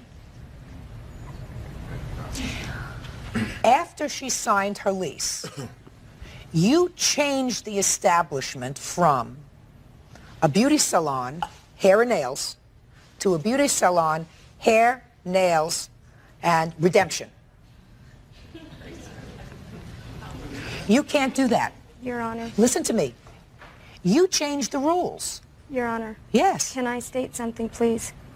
When I asked Robert to take some space for the Stop the Violence campaign, which was only going to last a period of 2 months, I sat down with each one of my stylists and we had a staff meeting, and I told them that he would be joining us, and if there was any problem, to please let me know now. I didn't see any problem. If I would have seen a problem and heard that they had a problem with it, Your Honor, I would have stopped it immediately. Let me They ask you this never question, once Ms. told Villa. me. Did her business drop off? Her business was skyrocketing. All the women in my church came to her to get their nails done. They didn't pay me. Yes, they did. I took it off your rent. Miss Villa, why do you think she would leave a business where she was making money? I mean, maybe I'm Because missing she something. got a better if her deal business down the was street. skyrocketing, why would she leave your business? Because she got a better deal down the street. What kind of better deal? The guy, she had come into my shop, okay? She ran into my shop and said, guess what? Brian down the street wants me, and he wants me bad. He said that he will drop my rent, there won't be any contract, and I can go and work for him. Before she left, she was giving out her calling cards with his name on it and number. Hold it. Did you go to work down the street? Yeah, it's about a mile away. Here's his ad. I needed a place to take my clients to. And when you went to work down the street, you went to work under the same conditions that you paid for space? Yes, and it's a salon. And how much rent did you pay in the space? The new space? He's charged me $150 now, but it goes up in 6 months to $170. After 6 months, it goes up some more. So you save yourself at least $50 a month going to him? Yeah, which I had no problem with finish out my contract with Jill. But once you cannot tell Jill about a church and then her be the same with you. It doesn't work that way. Well, that's conjecture. You see, now you're coming to conjecture. I was missing something, you see, because you say you had no business. She said you had a lot of business. No. Well, Miss Casares, let me suggest this to you, madam. Common sense always plays a very important part in judging. A competitor down the road would not offer you a better deal than you were getting in her place unless you were prepared to bring into that establishment a substantial clientele. Well, Your Honor. So you bettered your situation by leaving her. You bettered your situation by leaving her by going to a place where you could have your clients and pay less rent. Judge Judy is ready to rule. This is a difficult case, and I'm going to tell you why. It's difficult as far as the decision that I made, because, Ms. Villa, you changed the workspace that Ms. Casares contracted for by bringing in this gentleman who ran a different kind of a business within your salon operation. And I believe that that's unfair to do to somebody. And I, quite frankly, can understand why some people who are coming in to have their nails done in what they assume is going to be a predominantly female operation, you know, ladies sitting around having their nails done, etc., having this gentleman there, and a variety of other people who are either in the saving business or trying to be saved. That's disconcerting. I'm not saying it's right or wrong, I'm just saying it's not what she bargained for. On the other hand, I'm not really quite satisfied that his presence there was the only reason that you left. I would suggest that one of the reasons that you left was because you got a better deal down the road. Now, it may have been that you were unhappy with this situation there and you felt as if you would be more comfortable elsewhere.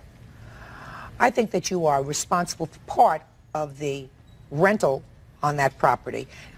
I think that if this gentleman being there is not a drawback, you should be able to rent that space in a relatively short period of time.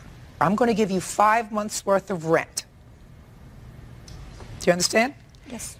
You see to it that you re-rent the space. And if you can't re-rent the space, you better rethink your position about mixing your business with the church. You may want to keep them separately.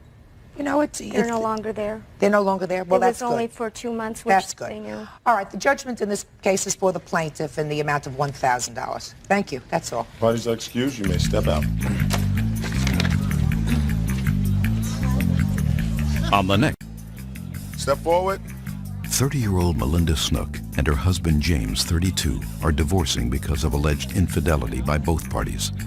They have brought their dispute over 2 loans before Judge Judith Scheindlin's court. Order. All rise. Quiet in the courtroom, please. Your Honor, this is case number 143 on the calendar in the matter of Snook versus Snook. Parties have been sworn in. Judge, you may be seated.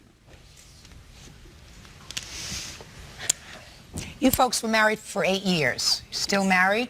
but in Yes. the process of getting a divorce. Correct. Correct? Yes. You have 2 kids? Yes. How old are they? 8 and 3. 8 and 3? Boy and a girl? Yes. At issue in this case are 2 loans that were made during the course of your marriage, one for $3,500? $3,800 to your mother. Yes. And another one to a friend for $1,500. Correct. Correct. You, sir, seem to acknowledge that these loans were made, but refuse to contribute towards repaying them. Yes. You're going to tell me why in a minute, I assume. Also at issue are possession of wedding photographs. Is that in an album? There's a few that he has that he's taken out, but I have some, he has some, but I prefer to have them all together. They're more like personal photos, private photos that she would like to have back. I'm talking about the wedding photos. The wedding photos? Yes. There was a few he had, but that was not the issue. The ones that were the issue was the private, personal photos that we had that I want back. And the photos of our kids, videotapes of the children that he has. Well, first, let's talk about the loans, then we'll talk about these photographs. What was this loan for $3,800 to her mother? What was it for? Money accumulated through the time of our marriage that her mom had loaned her. What do you mean loaned her? Excuse me. Yes, thank you. Just a second. Sorry. I don't need help. What do you mean that she loaned her? Some of the loans I knew about, some of the loans I did not know about. They were for bills that we accumulated. Well, sir, you seem to acknowledge that her mother made loans to you as a couple Yes. for your bills in the amount of $3,800. Now, that doesn't mean that he's responsible to pay the $3,800. You understand that? That he's not responsible to pay it? No, he's only responsible to pay a portion of it. Yes. Half of it. You seem not to understand that in your papers. Well, he won't pay any of it. You understand, at least I hope you understand now, that he is not solely responsible for paying the $3,800. If your mother made a loan to the two of you as a couple, it seems reasonable for each of you to be responsible for half of that loan, unless you can give me some reason why you shouldn't be responsible for half of that loan. I don't think I should be responsible for any of the loans. Well, you're going to tell me why in a second. We haven't gotten to that part yet. First, I want to make sure that she's being reasonable. Then I'll get to your being reasonable. First off, I do think he should pay for most of it too, because part of the loan that we took out, she wrote off $2,500 of it through my college education that I had before I met Jamie. And I don't understand that. We had a debt of about $6,500, and she wrote off $2,500 of it as a thank you to me for me paying for my own college. I'm not talking about your college, madam. I'm talking about the money that your mother lent, come on, for your household bills, which were $3,800. I assume over the course of time this was in dribs and drabs. Yes, and part of it also was for his vending that he had to take out, and I figure he should pay for that. For his what? He has vending machines, like snack machines and stuff. Were the vending machines the source of your family's income? No. What do you do for a living, sir? I work at special effects and repairs on rides. And you also have some vending machines? Yes. And what did you do with the money that you got from these vending machines? I was paying on the loan that was taken out for the machines, and the accounts were small, so they weren't making enough to pay the loans. So you were hoping that this business would get going? Yes. Okay. I'm not going to debate this with you any further. You are responsible for half of these loans. Now, let's get to you. You don't think you should be responsible for any loan to her mother? Correct. Tell me why. Currently, I'm paying out a month right now for my expenses and her expenses, $2,800 a month. That's just monthly payments. I write out every month in checks. Right. And then I have another $10,000 of other unpaid bills that I'm going to be responsible to pay for also. So as a contribution towards this, she can take care of that loan while I'm taking care of my living expenses. Do you work? Presently, right now, no, I don't. Well, how are you supporting yourself? Right now, Jamie is supporting us with what he gives us. But Jamie seems to only want to pay when he wants to pay the bills, and he doesn't have a $10,000 debt that I'm involved in. So I disagree with what he's saying there. What kind of work had you been doing? I'm a hairdresser. And I did it for 10 years, and I supported Jamie for the first 2 years of our relationship. I assume that when the divorce is over, you're going to go back to work. Oh, I'm going back to work. So, sir, Yes. right now, are you voluntarily paying this $2,800, or are you paying it by court order? Voluntarily. You're going to have to allocate some of that money towards repaying the loan to her mother. Half of it. Do you understand? $1,800.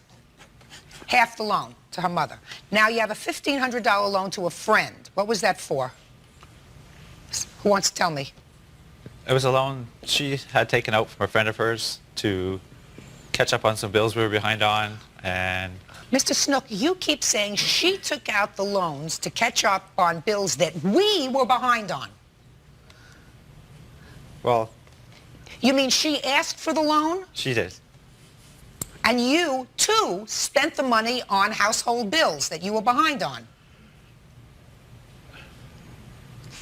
Yes.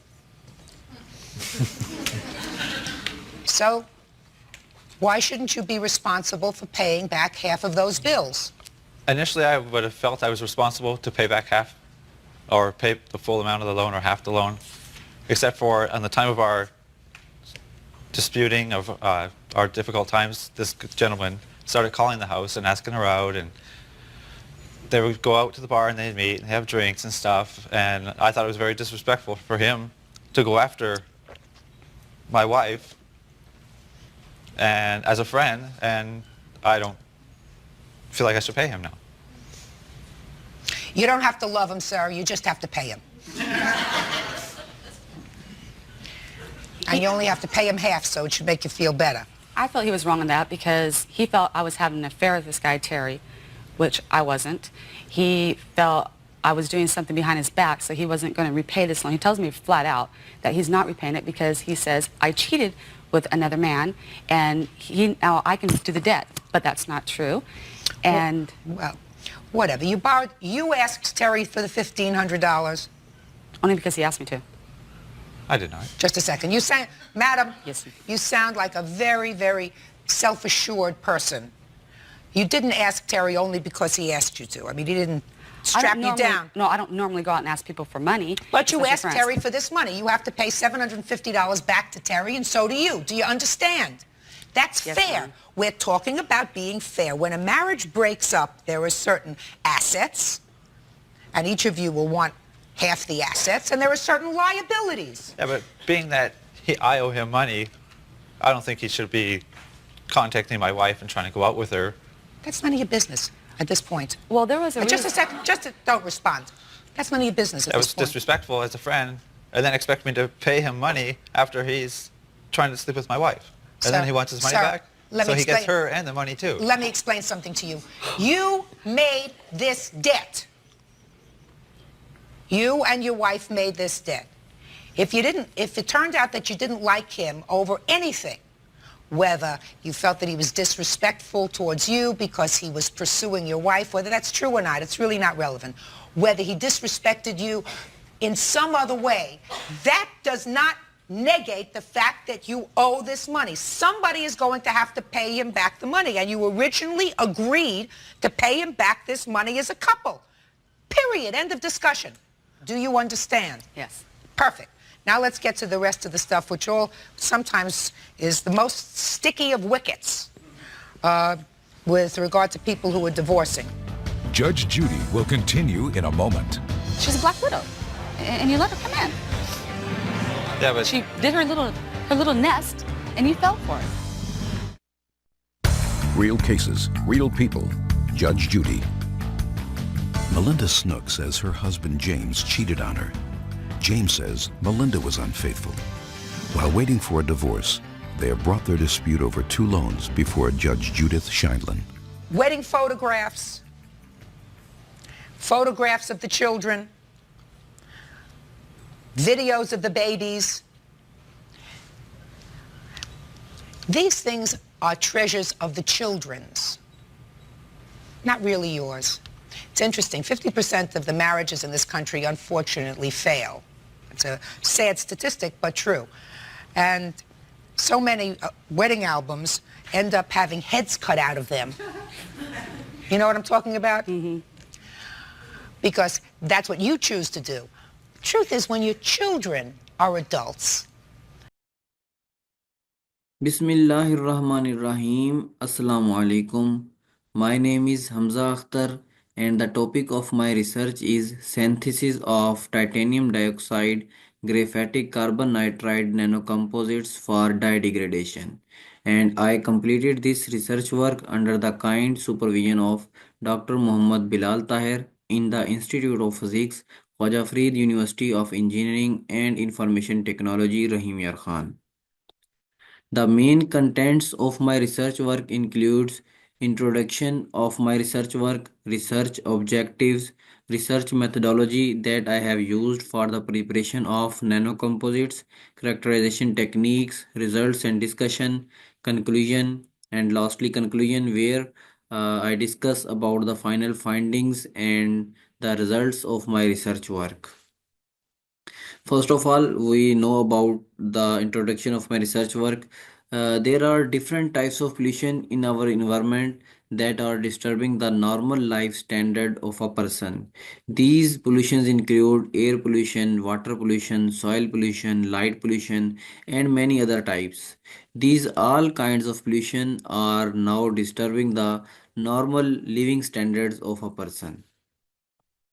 Amongst these all, water pollution is the most dangerous one because water pollution is directly have effect on our health and drinking contaminated water or polluted water can cause a lot of disease in a person. There are many causes of water pollution, but the main cause of water pollution is the industrial waste produced by industries, and it is not treated properly and directly thrown into the rivers, canals, and other water channels, from where our water becomes contaminated and causes water pollution. And that water pollution then disturbs the normal life standard of a person.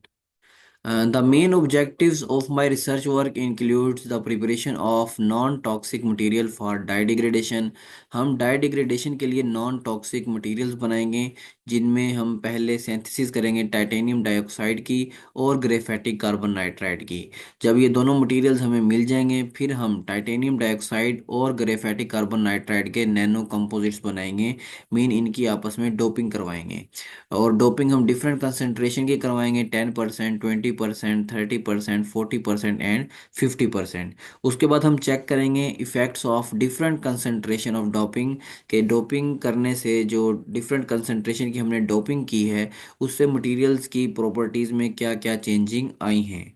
उसके बाद हम फोटोकैटालाइटिक activity भी check करेंगे अपने materials की और optimization of nano composite composition, environmental application. Lastly हम जो मटेरियल बनाएंगे डोप्ड मटेरियल बनाएंगे उसकी इन्वायरमेंटल एप्लीकेशंस भी चेक करेंगे कि इन्वायरमेंट के लिहाज से हमारा मटेरियल कितना एफिशिएंट है या कितनी अच्छी वो डिग्रेडेशन करता है.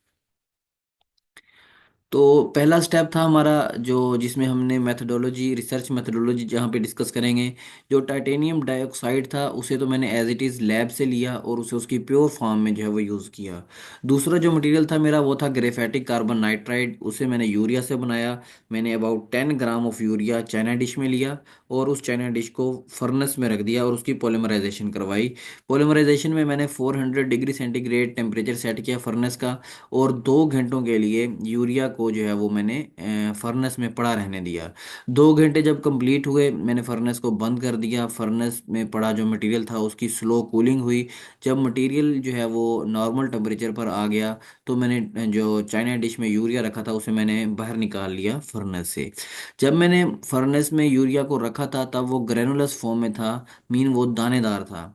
लेकिन जैसे ही पॉलीमराइजेशन हुई तो यूरिया जो है वो ये ग्रेफाइटिक कार्बन नाइट्राइड में कन्वर्ट हो गया और वो दानेदार से पाउडर फॉर्म में भी आ गया.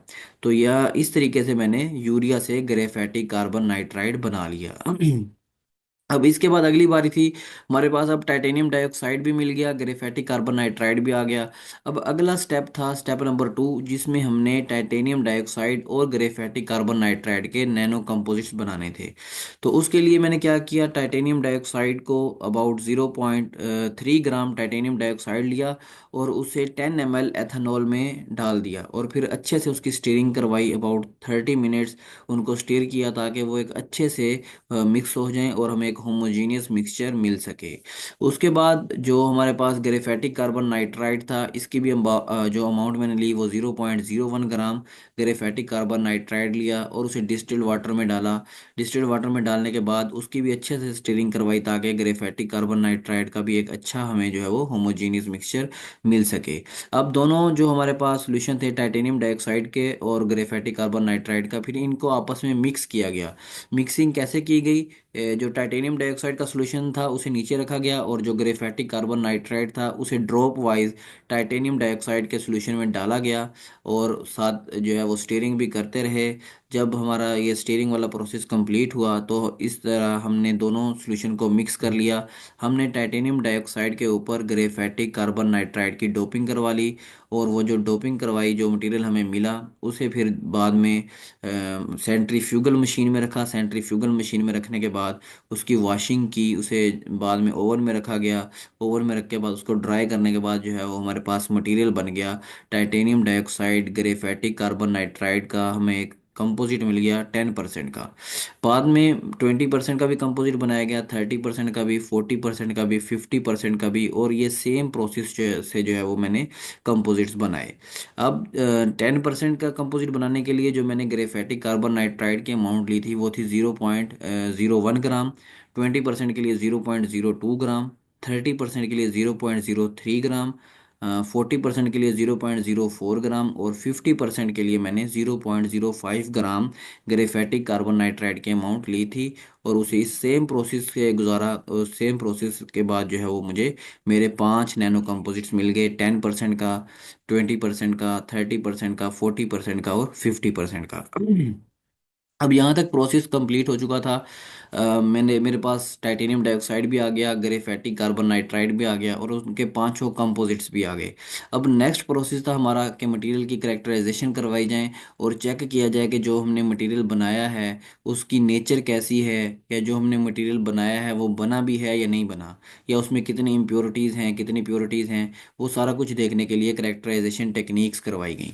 तो जो कैरेक्टराइजेशन टेक्निक्स मैंने करवाई उनमें सबसे पहले मैंने XRD करवाई, फिर SEM, EDS, FTIR, zeta potential, UV visible spectroscopy, और यूवी विजिबल स्पेक्ट्रोस्कोपी की मदद से फोटो कैटालिटिक डिग्रेडेशन को भी लास्ट में देखा गया कि जो मटेरियल है वो कितना अच्छा जो है वो डिग्रेडेशन करता है या नहीं करता। तो वन बाय वन जो हमें रिजल्ट्स मिले XRD से, सैम से, EDS से और बाकी करेक्टराइजेशन टेक्निक से, अब हम उन्हें डिस्कस करते हैं। तो चलते हैं XRD के ग्राफ्स के ऊपर। XRD जब करवाए टाइटेनियम डाइऑक्साइड की तो हमें ये वाला ग्राफ मिला जिस पे ऊपर लिखा हुआ है pure titanium dioxide. Pure titanium dioxide का जो ग्राफ था XRD का, उसमें हमें शार्प पीक्स देखने को मिली। शार्प पीक्स का मतलब कि जो मटेरियल है टाइटेनियम डाइऑक्साइड, इसमें एटम्स एक पैटर्न में अरेंज हैं, एक रेगुलर पैटर्न में अरेंज हैं, और वहाँ पर जो लाइट जो है जैसे ही उन एटम्स के साथ टकराई तो वहाँ पे उसने कंस्ट्रक्टिव इंटरफेरेंस की। कंस्ट्रक्टिव इंटरफेरेंस का मतलब कि वहाँ पर जो पीक्स बनेंगी उनकी जो हाइट होगी वो ज़्यादा बनेगी, वहाँ पे शार्प पीक्स बनेंगी। शार्प पीक्स बनने की वजह यही कंस्ट्रक्टिव इंटरफेरेंस होती है, और कंस्ट्रक्टिव इंटरफेरेंस उन मटेरियल्स में होती है जहाँ पर एटम्स एक रेगुलर पैटर्न में अरेंज हो। तो टाइटेनियम डाइऑक्साइड के XRD ग्राफ से हमें ये बात साबित हो गई कि जो टाइटेनियम डाइऑक्साइड है वो एक क्रिस्टलाइन मटेरियल है। क्रिस्टलाइन मटेरियल के बारे में मैंने बता दिया। क्रिस्टलाइन मटेरियल ऐसा मटेरियल जिसमें एटम्स एक पैटर्न के साथ अरेंज हो, एक वहाँ पर एक पैटर्न मौजूद हो। उसके बाद दूसरा ग्राफ ग्रेफेटिक कार्बन नाइट्राइड का है, XRD का ग्राफ। ग्रेफेटिक कार्बन नाइट्राइड के ग्राफ में कोई भी शार्प पीक्स देखने को नहीं मिली। शार्प पीक्स नहीं आई, इसका मतलब है कि वहाँ पर जो एटम्स हैं ग्रेफेटिक कार्बन नाइट्राइड के, वो एक पैटर्न में अरेंज नहीं थे, और वहाँ पर कोई भी जो है वो कंस्ट्रक्टिव इंटरफेरेंस ना हो सकी। अगर कंस्ट्रक्टिव इंटरफेरेंस होती तो शार्प लाइंस आती, तो वहाँ पर इसका मतलब है कि डिस्ट्रक्टिव इंटरफेरेंस होती रही हैं, जिसकी वजह से कोई भी शार्प पीक्स नहीं मिली। तो यहाँ से हम ये कंक्लूजन निकाल सकते हैं कि जो ग्रेफेटिक कार्बन नाइट्राइड है वो एक अमॉर्फस मटेरियल है। तो यहाँ पर अभी हमने क्या चीज़ फाइंड की एक्सआरटी के ग्राफ से? ये चीज़ फाइंड की कि टाइटेनियम डाइऑक्साइड एक क्रिस्टलाइन मटेरियल है और ग्रेफेटिक कार्बन नाइट्राइड एक अमॉर्फस मटेरियल है। इसके बाद कोई से भी दो कंपोजिट लिए गए 30% और 40%, उनकी भी एक्सआरडी ग्राफ जो है वो उनकी एक्सआरडी करवाई गई। एक्सआरडी के जो ग्राफ्स मिले वहाँ से हमें ये चीज़ देखने को मिली कि जो हमने नैनो कंपोजिट्स बनाए हैं दोनों की जो एक्सआरडी के ग्राफ्स हैं उनमें शार्प पीक्स मिली हैं, उनमें शार्प पीक्स आई हैं। शार्प पीक्स का मतलब कि वहाँ पर जो मटेरियल्स हैं वो मटेरियल के जो एटम्स हैं वो एक रेगुलर पैटर्न में अरेंज हैं। मीन जो हमने नैनो कंपोजिट बनाया है उसकी जो नेचर है वो क्रिस्टलाइन इन नेचर है। जो हमारे नैनो कंपोजिट्स हैं वो क्रिस्टलाइन इन नेचर हैं। क्रिस्टलाइन इन नेचर का मतलब